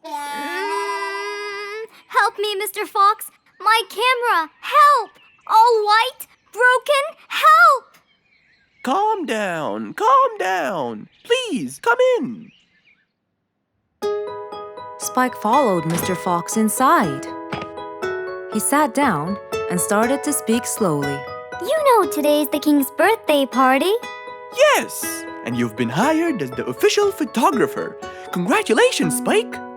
Oh, Mr. Fox, it would soon be condolences. What? Why? My camera. It's broken. Broken? Yes, I woke up early today and tried to check it. But I found that every picture I take becomes white. Have you checked the lens? Yes, and I re-cleaned them to be sure. But it's no use. And the filter? Everything. The lens and the filter. Can I take a look at it? Mr. Fox held the camera and started to check the settings. Where could I buy another one now?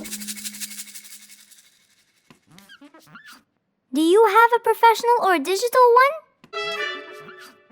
I don't think you'll need it, Spike.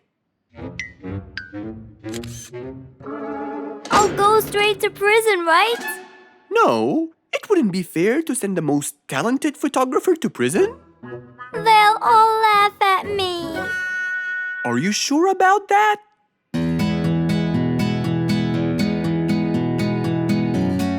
Mr. Fox took a picture with the camera and showed it to Spike, who couldn't believe his eyes. Wow, it's back. What was wrong with it? Looks like you accidentally increased the gamma. Oh, I forgot to check that. Thank you, Mr. Fox.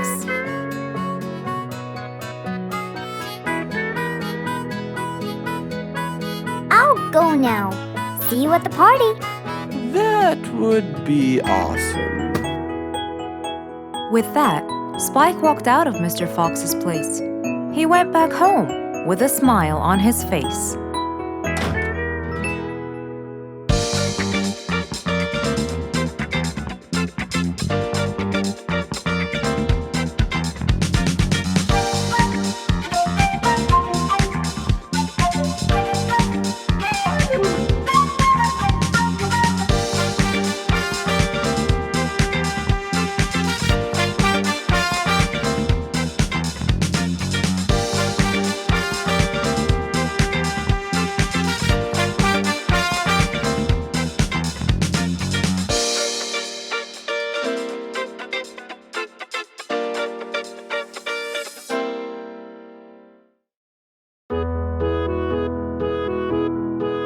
Mr. Fox was known for his kindness in helping others. Everyone went to him for advice, even Woody, the jungle carpenter. After being assigned the task of building a really big ship, he went to Mr. Fox seeking his wisdom. Mr. Fox listened carefully to what Woody had to say, and in turn, promised to help him. He started a research on shipbuilding, and after hours and hours of hard work, he finally got it. Yes! I've got it! But there is something I need to check first. Mr. Fox went for a walk in the jungle, looking carefully at every tree on his path. Then he stopped in front of one and said, Yes! That's the one! Immediately, Mr. Fox took a paint bucket. He wanted to mark the tree, so he wouldn't forget which one it was. After that, he got into his car and drove off.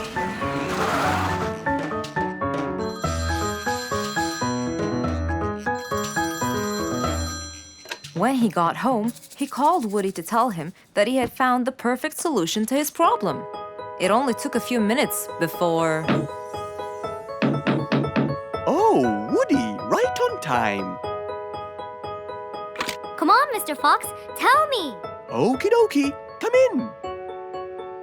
I finally figured it out. I never doubted you, Mr. Fox. I was sure you'd be the one to help me find an answer to my problem. Oh, don't mention it. Here you go. These are blueprints. They're guidelines that will help you learn how to build a ship easily. Woody started reading the blueprints thoroughly. He knew most of what was written in it, so he looked up and said, It's a lot easier than I thought. Thank you so much, Mr. Fox. Oh, but Mr. Fox, what about the materials that I'll need to build it? Here's a list of all the materials you'll need. And what about the kind of wood I should use, Mr. Fox? I did extensive reading, and I found out that our ancestors were famous for using teak in the process of building ships, as it's really stiff, strong, and it can also be shaped to have wide planks, which would help the ship to withstand the waves of the sea. But I know you don't know what teak is. Not everyone does. But come along. I think it would be better to show you the tree I found earlier in the jungle. Our jungle? Of course! Everything you dream of can be found in our beautiful jungle. Mr. Fox got into his car with Woody by his side and drove off. They headed towards the tree that Mr. Fox had marked earlier. Here's the tree. Huh? I have loads of that wood in my store, but I never knew that I could use it to build ships. I didn't know about teak either. But with a little bit of research, everything is open to you, my friend. Mr. Fox, I can't thank you enough. I'm really happy right now. I'll never forget what you've done for me. It's my pleasure, Woody. Now that I know what I should do, I'll go back and start building that ship for Nate as fast as I could. Thank you again, Mr. Fox. So, after helping his friend, Mr. Fox got into his car and drove away happily. You know, it's true what they say. A friend in need is a friend indeed.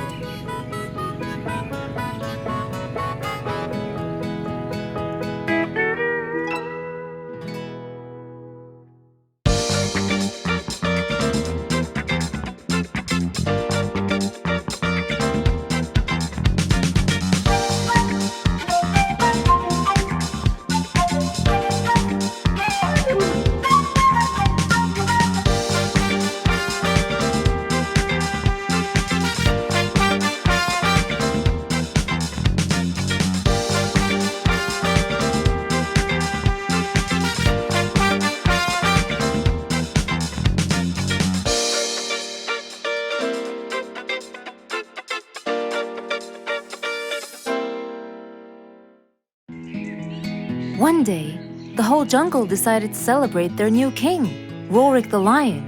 He was young, active, and picky, and known for his loving spirit. After his coronation, King Rorik moved to his new mansion and started to check it out.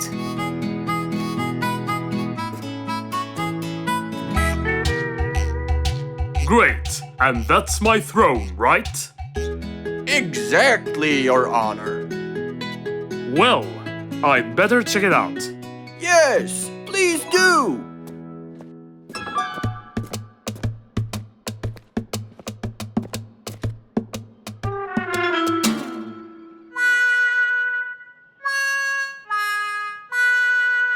Ah, Timber!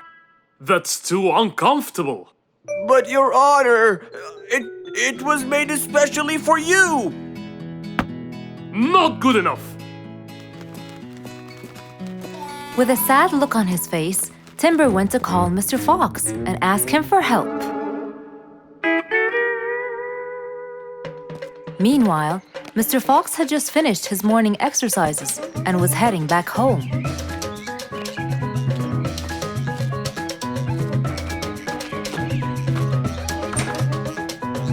After a cold shower, he changed his clothes and had some tea.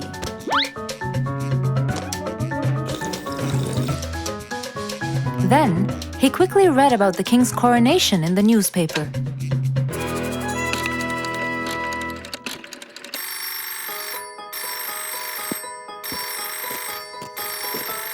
Hello?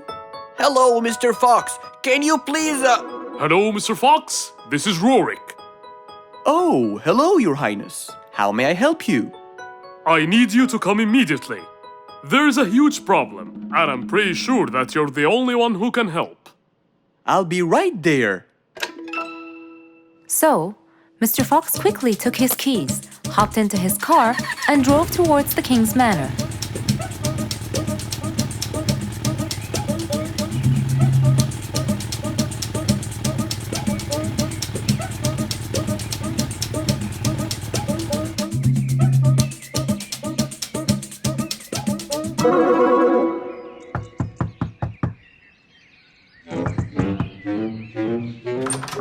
hello, Mr. Fox?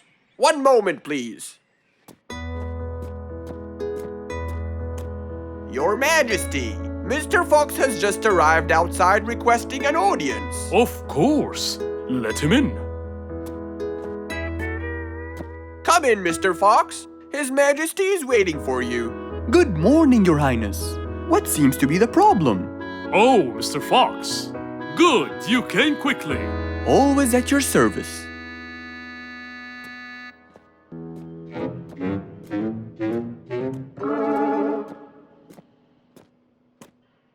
Well, I was at my coronation, and I thought I would check out my throne. But unfortunately, I felt too uncomfortable. Can you believe that I'm gonna rule the jungle on an uncomfortable throne? But I hear it was carved out of the best kind of stone. But it still hurts my back. Oh my! Anyway, I've decided to design my own throne. What a great idea! But I need your help to make it as soon as possible. It will be my pleasure, Your Highness.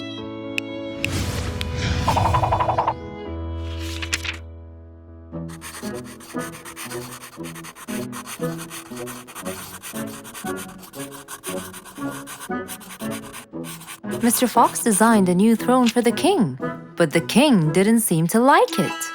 I know just the thing for you. Mr. Fox took his tape measure and got to work. He took measurements and made estimations. This wasn't going to be easy, but Mr. Fox was gonna give it a try anyway. He hopped into his car and took off for the jungle store.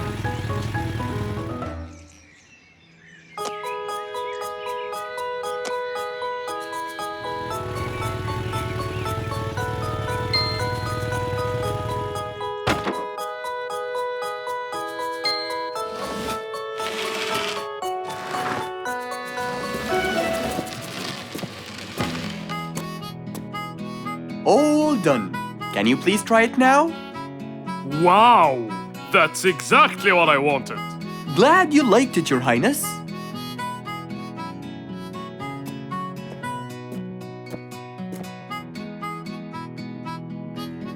And there you have it, the new King of the Jungle.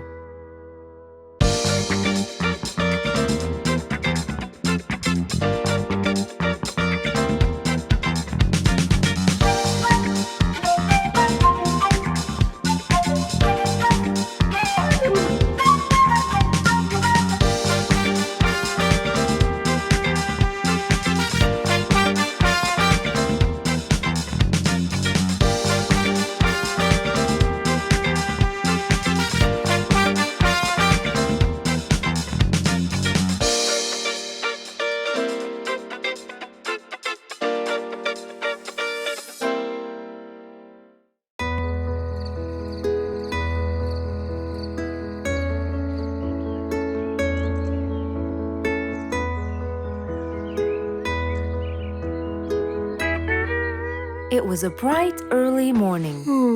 Mr. Fox woke up and went to wash his face.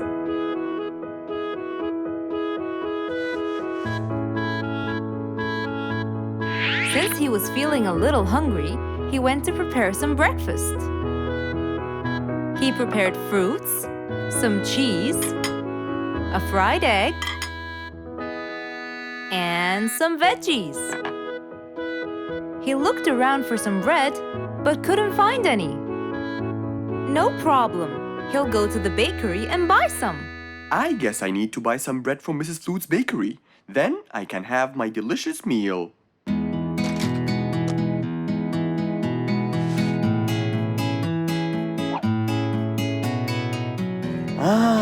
I'm very hungry. I'm sure glad the bakery is close by. I won't be needing my car.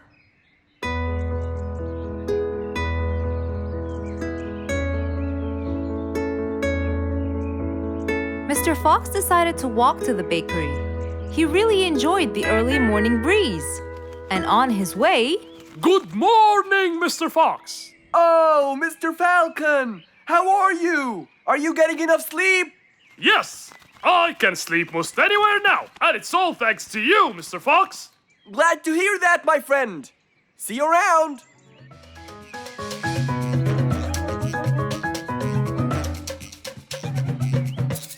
When Mr. Fox finally reached Mrs. Flute's bakery, he found a long line of customers. He got in line and patiently waited his turn.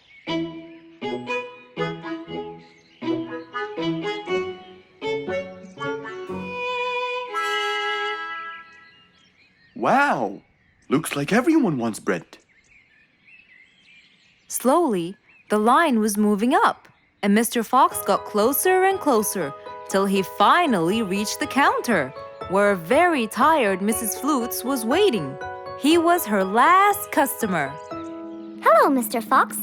Here you go.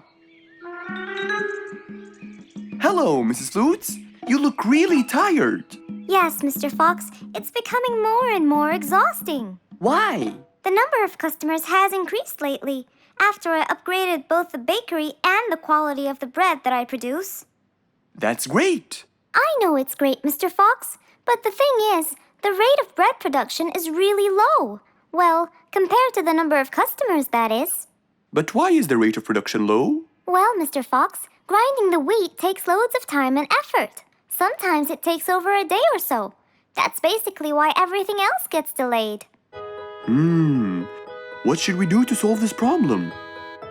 Okay, Mrs. Flutes, I will head home now and eat my breakfast and try to think of a solution. And I'd like you to pass by my house tonight. I'm sure I'd figure something out by then. Really, Mr. Fox? I can't wait to hear your solution. I'll come by your house as soon as I get off work. Okay, see you later, Miss Flutes. See you later, Mr. Fox. Mr. Fox went back home to have his breakfast. Miss Flute's bakery is truly the best. I have to solve this problem, or she won't be selling any more delicious bread. With that in mind, Mr. Fox went to his workshop to give it some thought.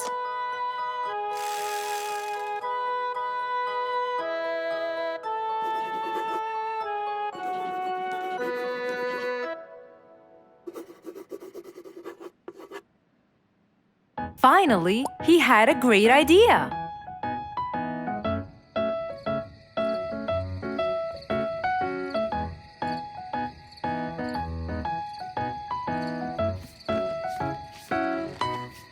That was a long day. I should head straight for Mr. Fox.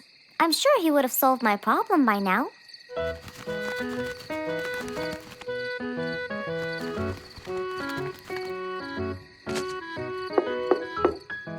That must be Miss Flutes. Hello, Miss Flutes. Come inside. Hello. Were you able to find a solution to my problem, Mr. Fox? Well, why don't you try this new invention? A new invention for me? That's right. I made it specially for you. That's wonderful. It's a grinding machine to help you grind wheat quickly. Brilliant. But how will it help me? This machine is used to increase the rate of grinding the wheat, which is used to make the bread. So you can use it to grind a whole kilogram in no more than 5 minutes. And with that, the amount of time needed will decrease, and you won't be too exhausted. I'm really grateful to you, Mr. Fox. I have no words to express my gratitude. Friends help each other, Miss Flutes. You're really kind and generous, Mr. Fox. I want you to start using this new device tomorrow, and I will call you to check in every once in a while. Okay, Mr. Fox, I will. I'll be going now. Thank you again. Goodbye, Miss Flutes, and have a good night. And so, Mr. Fox waved goodbye to Mrs. Flutes. Then, he sat on his comfortable sofa. He looked out his window and admired the jungle he lived in for so long. He happily thought to himself, I love helping my friends.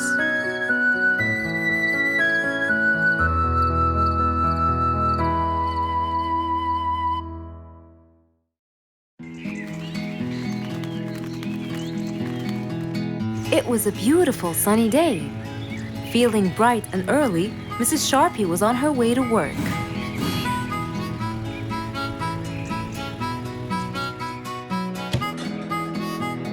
Good morning, Sharpie.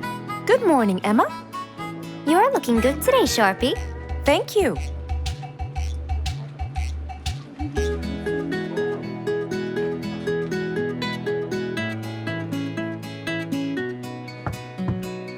Come in.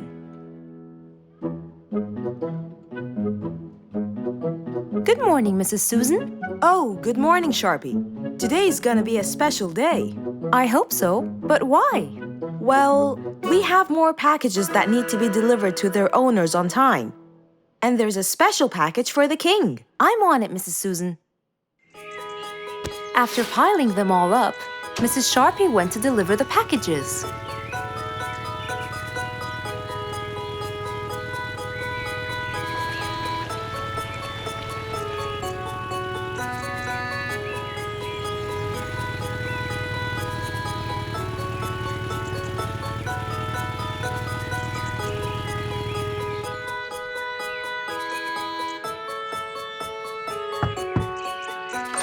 Here's your package.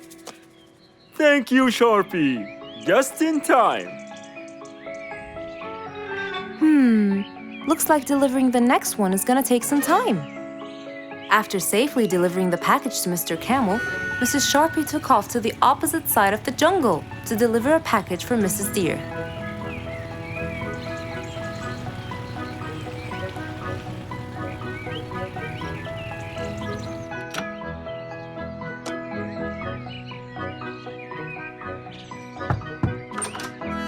Here's your package. Thank you. But why were you late? I waited all morning. Next was Mrs. Bird's package, and that was south of the jungle. That was very tiring for Mrs. Sharpie.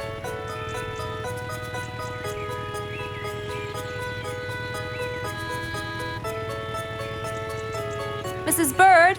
Mrs. Bird! Here's your package. I thought you weren't coming. Thanks anyway.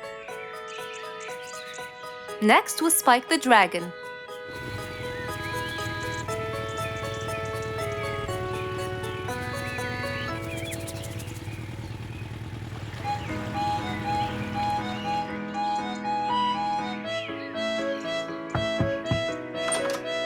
Here's your package.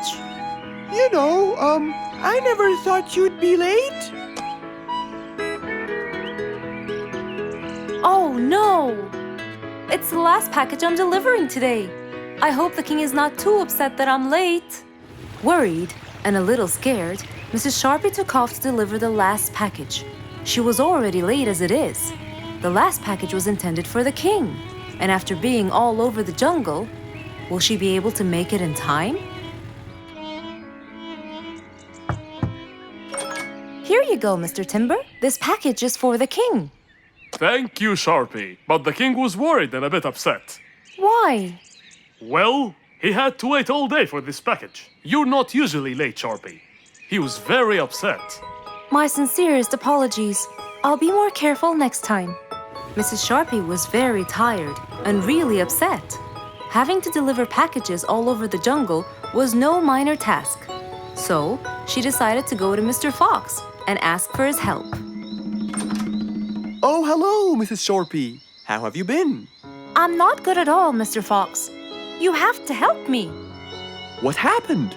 I've got a lot of letters and packages, and I keep flying east and west all over the jungle. This won't do, Mr. Fox. I'm so tired. Oh, Mrs. Shorpy, you do look exhausted. Please come in and we'll figure this out together. Would you like a cup of hot chocolate? No, I just want to find a solution, Mr. Fox. Okay. Tell me what the problem is exactly. I get too much letters, so I fly to deliver them. I find that the first letter should be delivered to the western part of the jungle, so I fly and deliver it, just to find that the next one is in the eastern part of the jungle. And when I fly and deliver it there, I find that the one after it is in the north. And after that, it's west again, and it's all driving me crazy. Calm down, Mrs. Shorpy. There must be a solution to all of this. That's why I came to you. I kept thinking and thinking, but they come in packages, and I must deliver them all in one day. So how can I do that? Don't worry, Mrs. Shorpy. We'll sort this out. Sort? Sort! That's it! Why don't you sort them out from the very beginning, Mrs. Shorpy? What do you mean by sorting them out? I mean, first, you should read the addresses and sort all the letters that should be delivered north together, and those that should be delivered east together, and so on. And then I'd finish all the north letters together, and the east, and then the south, and then the west, right? Precisely. That's a great idea, Mr. Fox. Thank you so much. Wait, where are you going? I have letters to sort out. Thank you, Mr. Fox. Glad I was able to help you, Mrs. Shorpy. Goodbye.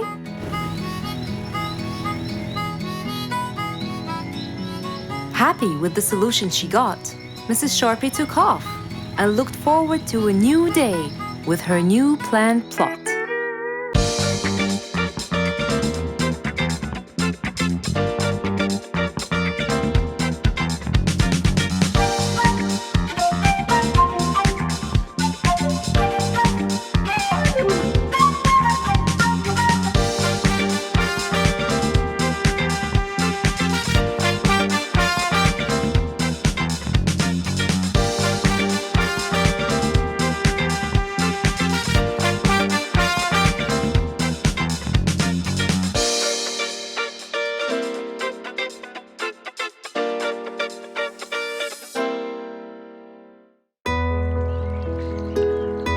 Rose stood in front of her painting stand, holding a few colors in her hand. But things weren't going as she planned. I think I should just paint the pig blue. No, wait. Maybe this will do. Maybe I should just take some of the pink color on my feathers.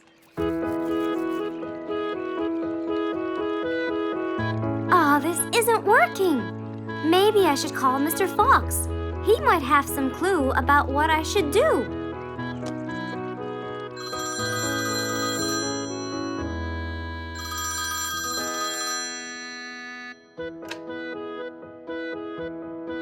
Hello. Hello, Mr. Fox. It's me, Rose. Oh, hello, Rose. How are you? I'm fine, Mr. Fox, but I do need your help with something. Do you think you could come and meet me? I'm at my usual painting place. Sure, I'll be right there. So, without a moment to lose, Mr. Fox got ready, got into his car, and drove off to where Rose was painting.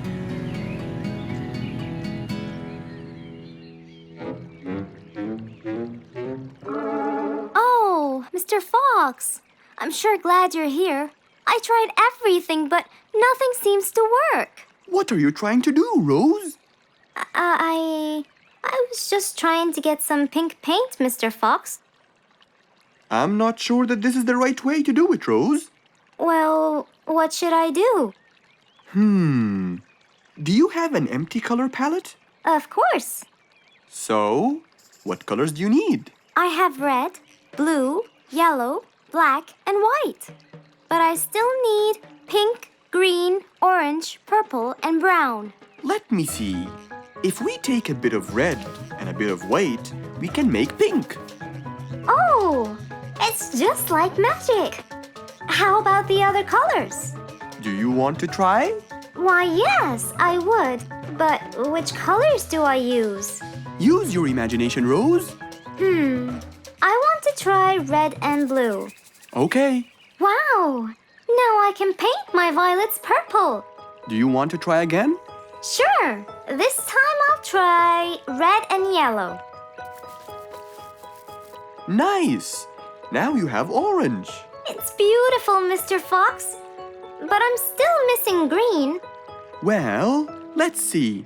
We still haven't mixed blue and yellow, have we? Right! This is a really cool shade of green. Now you can paint all you want. But, Mr. Fox, what about brown? Right. I almost forgot. Let's try orange and blue. Yes, that's it. I really can't thank you enough, Mr. Fox. Don't worry about it. I really like your painting. You do? Yes, it's quite colorful. Well, thanks to you. Now, whenever you're missing a color, all you have to do is try some together. All the colors that Rose once knew, when mixed together, turned to something new. Pink, purple, orange, and green. Something she had never seen.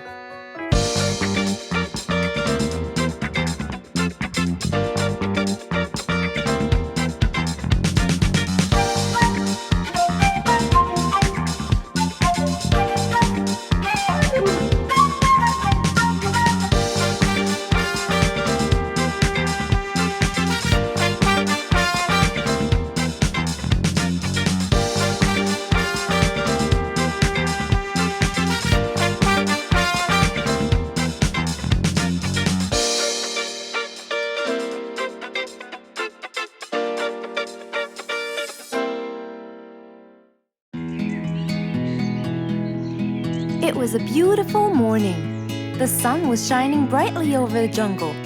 And seeing how nice the weather was, Mr. Fox decided to go for a walk.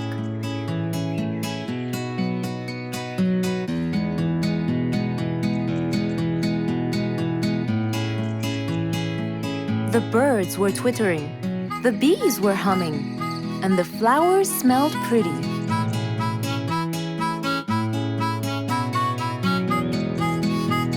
As Mr. Fox was passing by Bingo's house, he saw him doing something really strange.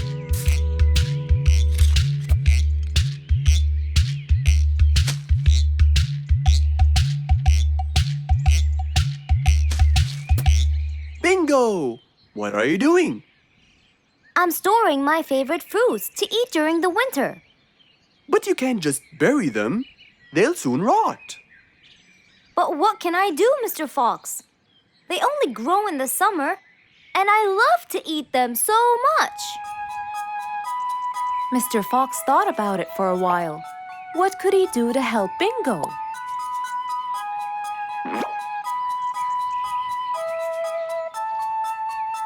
Don't worry, Bingo. I think I have an idea. Really? What is it? You'll have to wait and see.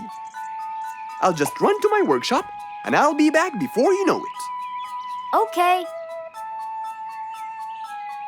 Mr. Fox went back to his workshop and gave it some thought.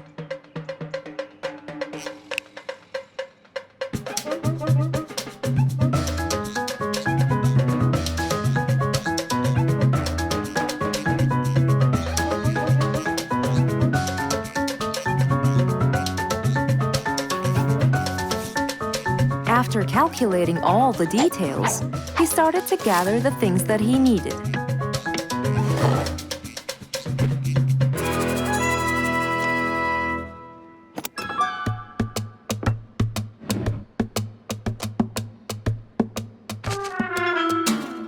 Then he took his toolbox and his car keys, and of course, the glass plates. He put them all in his car and was on his way.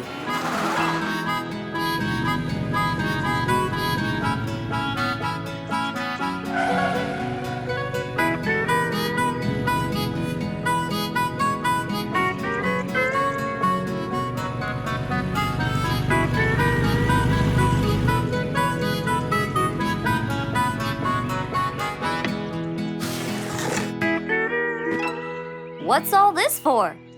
It's a surprise. I can't wait!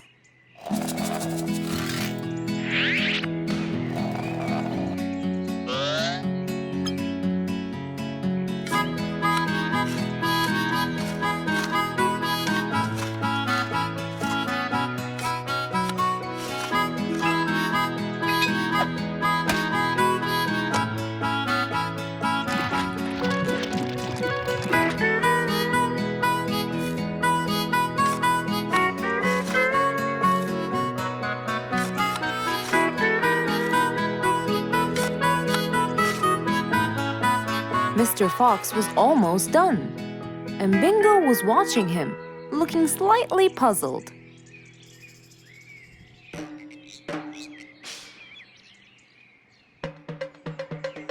Here you go. You'll never miss pineapples again. So I can store them in here? No. You'll grow them in there. This is called a greenhouse. But it's not green, it's transparent. No. It's called green because we can grow green plants and fruits inside it whenever we want.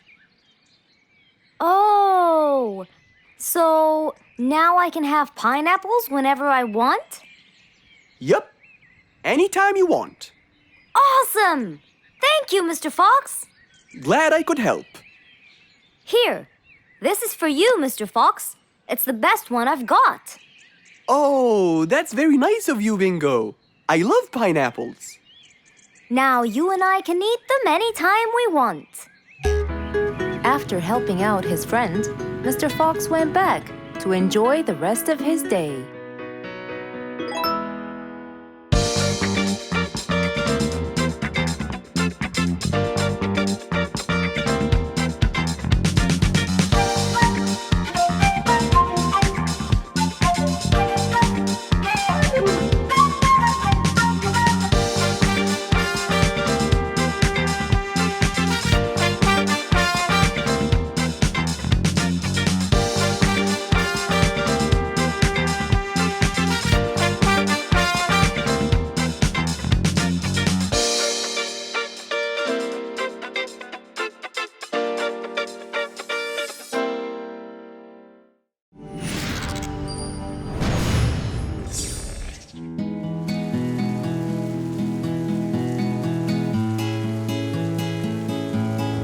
One stormy winter night, when most of the animals stayed warm in their beds and turned off the lights.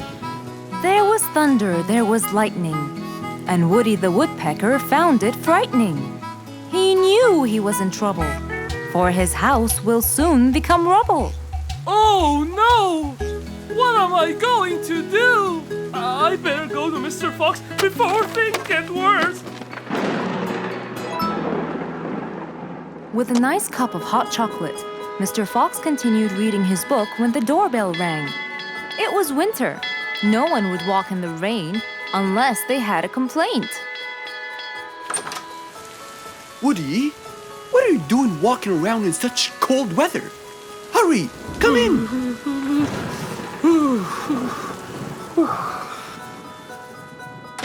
Mr. Fox, I know it's cold, and I'm sure my problems will make you feel bored, but I need your help. Of course. Don't worry. Have a seat, Woody, and I'll get you a hot drink. It must have been terrible to go out in that storm.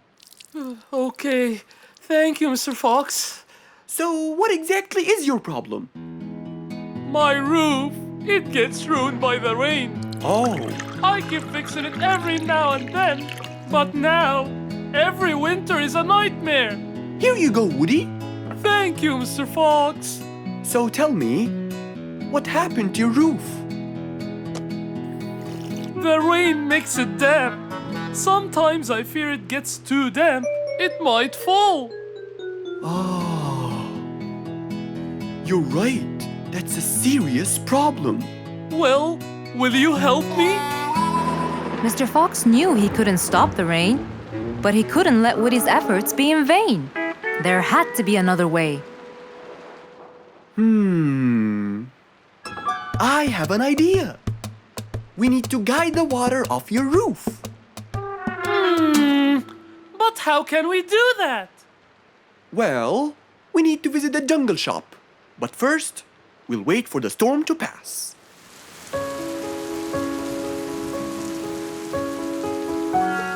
Finally, the storm faded away, revealing a bright, warm, sunny day. I think the weather is better now. Let's go, Mr. Fox! Mr. Fox and Woody hopped into the car, and off they drove to the jungle shop. So, what will we buy from here, Mr. Fox? A sloped roof. A roof? But how will we transport it? Oh, don't worry. There's a new type of roof. They sell them like, pieces of a puzzle. Oh, that's smart! Yep. Mr. Fox and Woody chose a nice big red roof. Then, off they went to Woody's house. Mr. Fox got a ladder and climbed up. He started to fix the roof from the top. Now, all we need is to put the pieces together.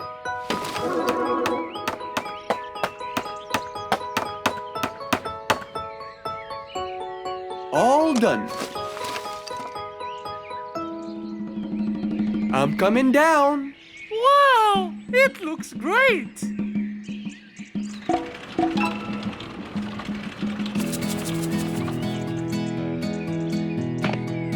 That way, all the water will slide down and the rain won't bother you again. So, does that mean no more rainwater will enter my house, Mr. Fox?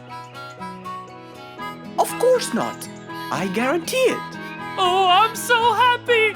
Thank you so much, Mr. Fox. Oh, it was nothing. We all like living in a dry, warm place in the winter.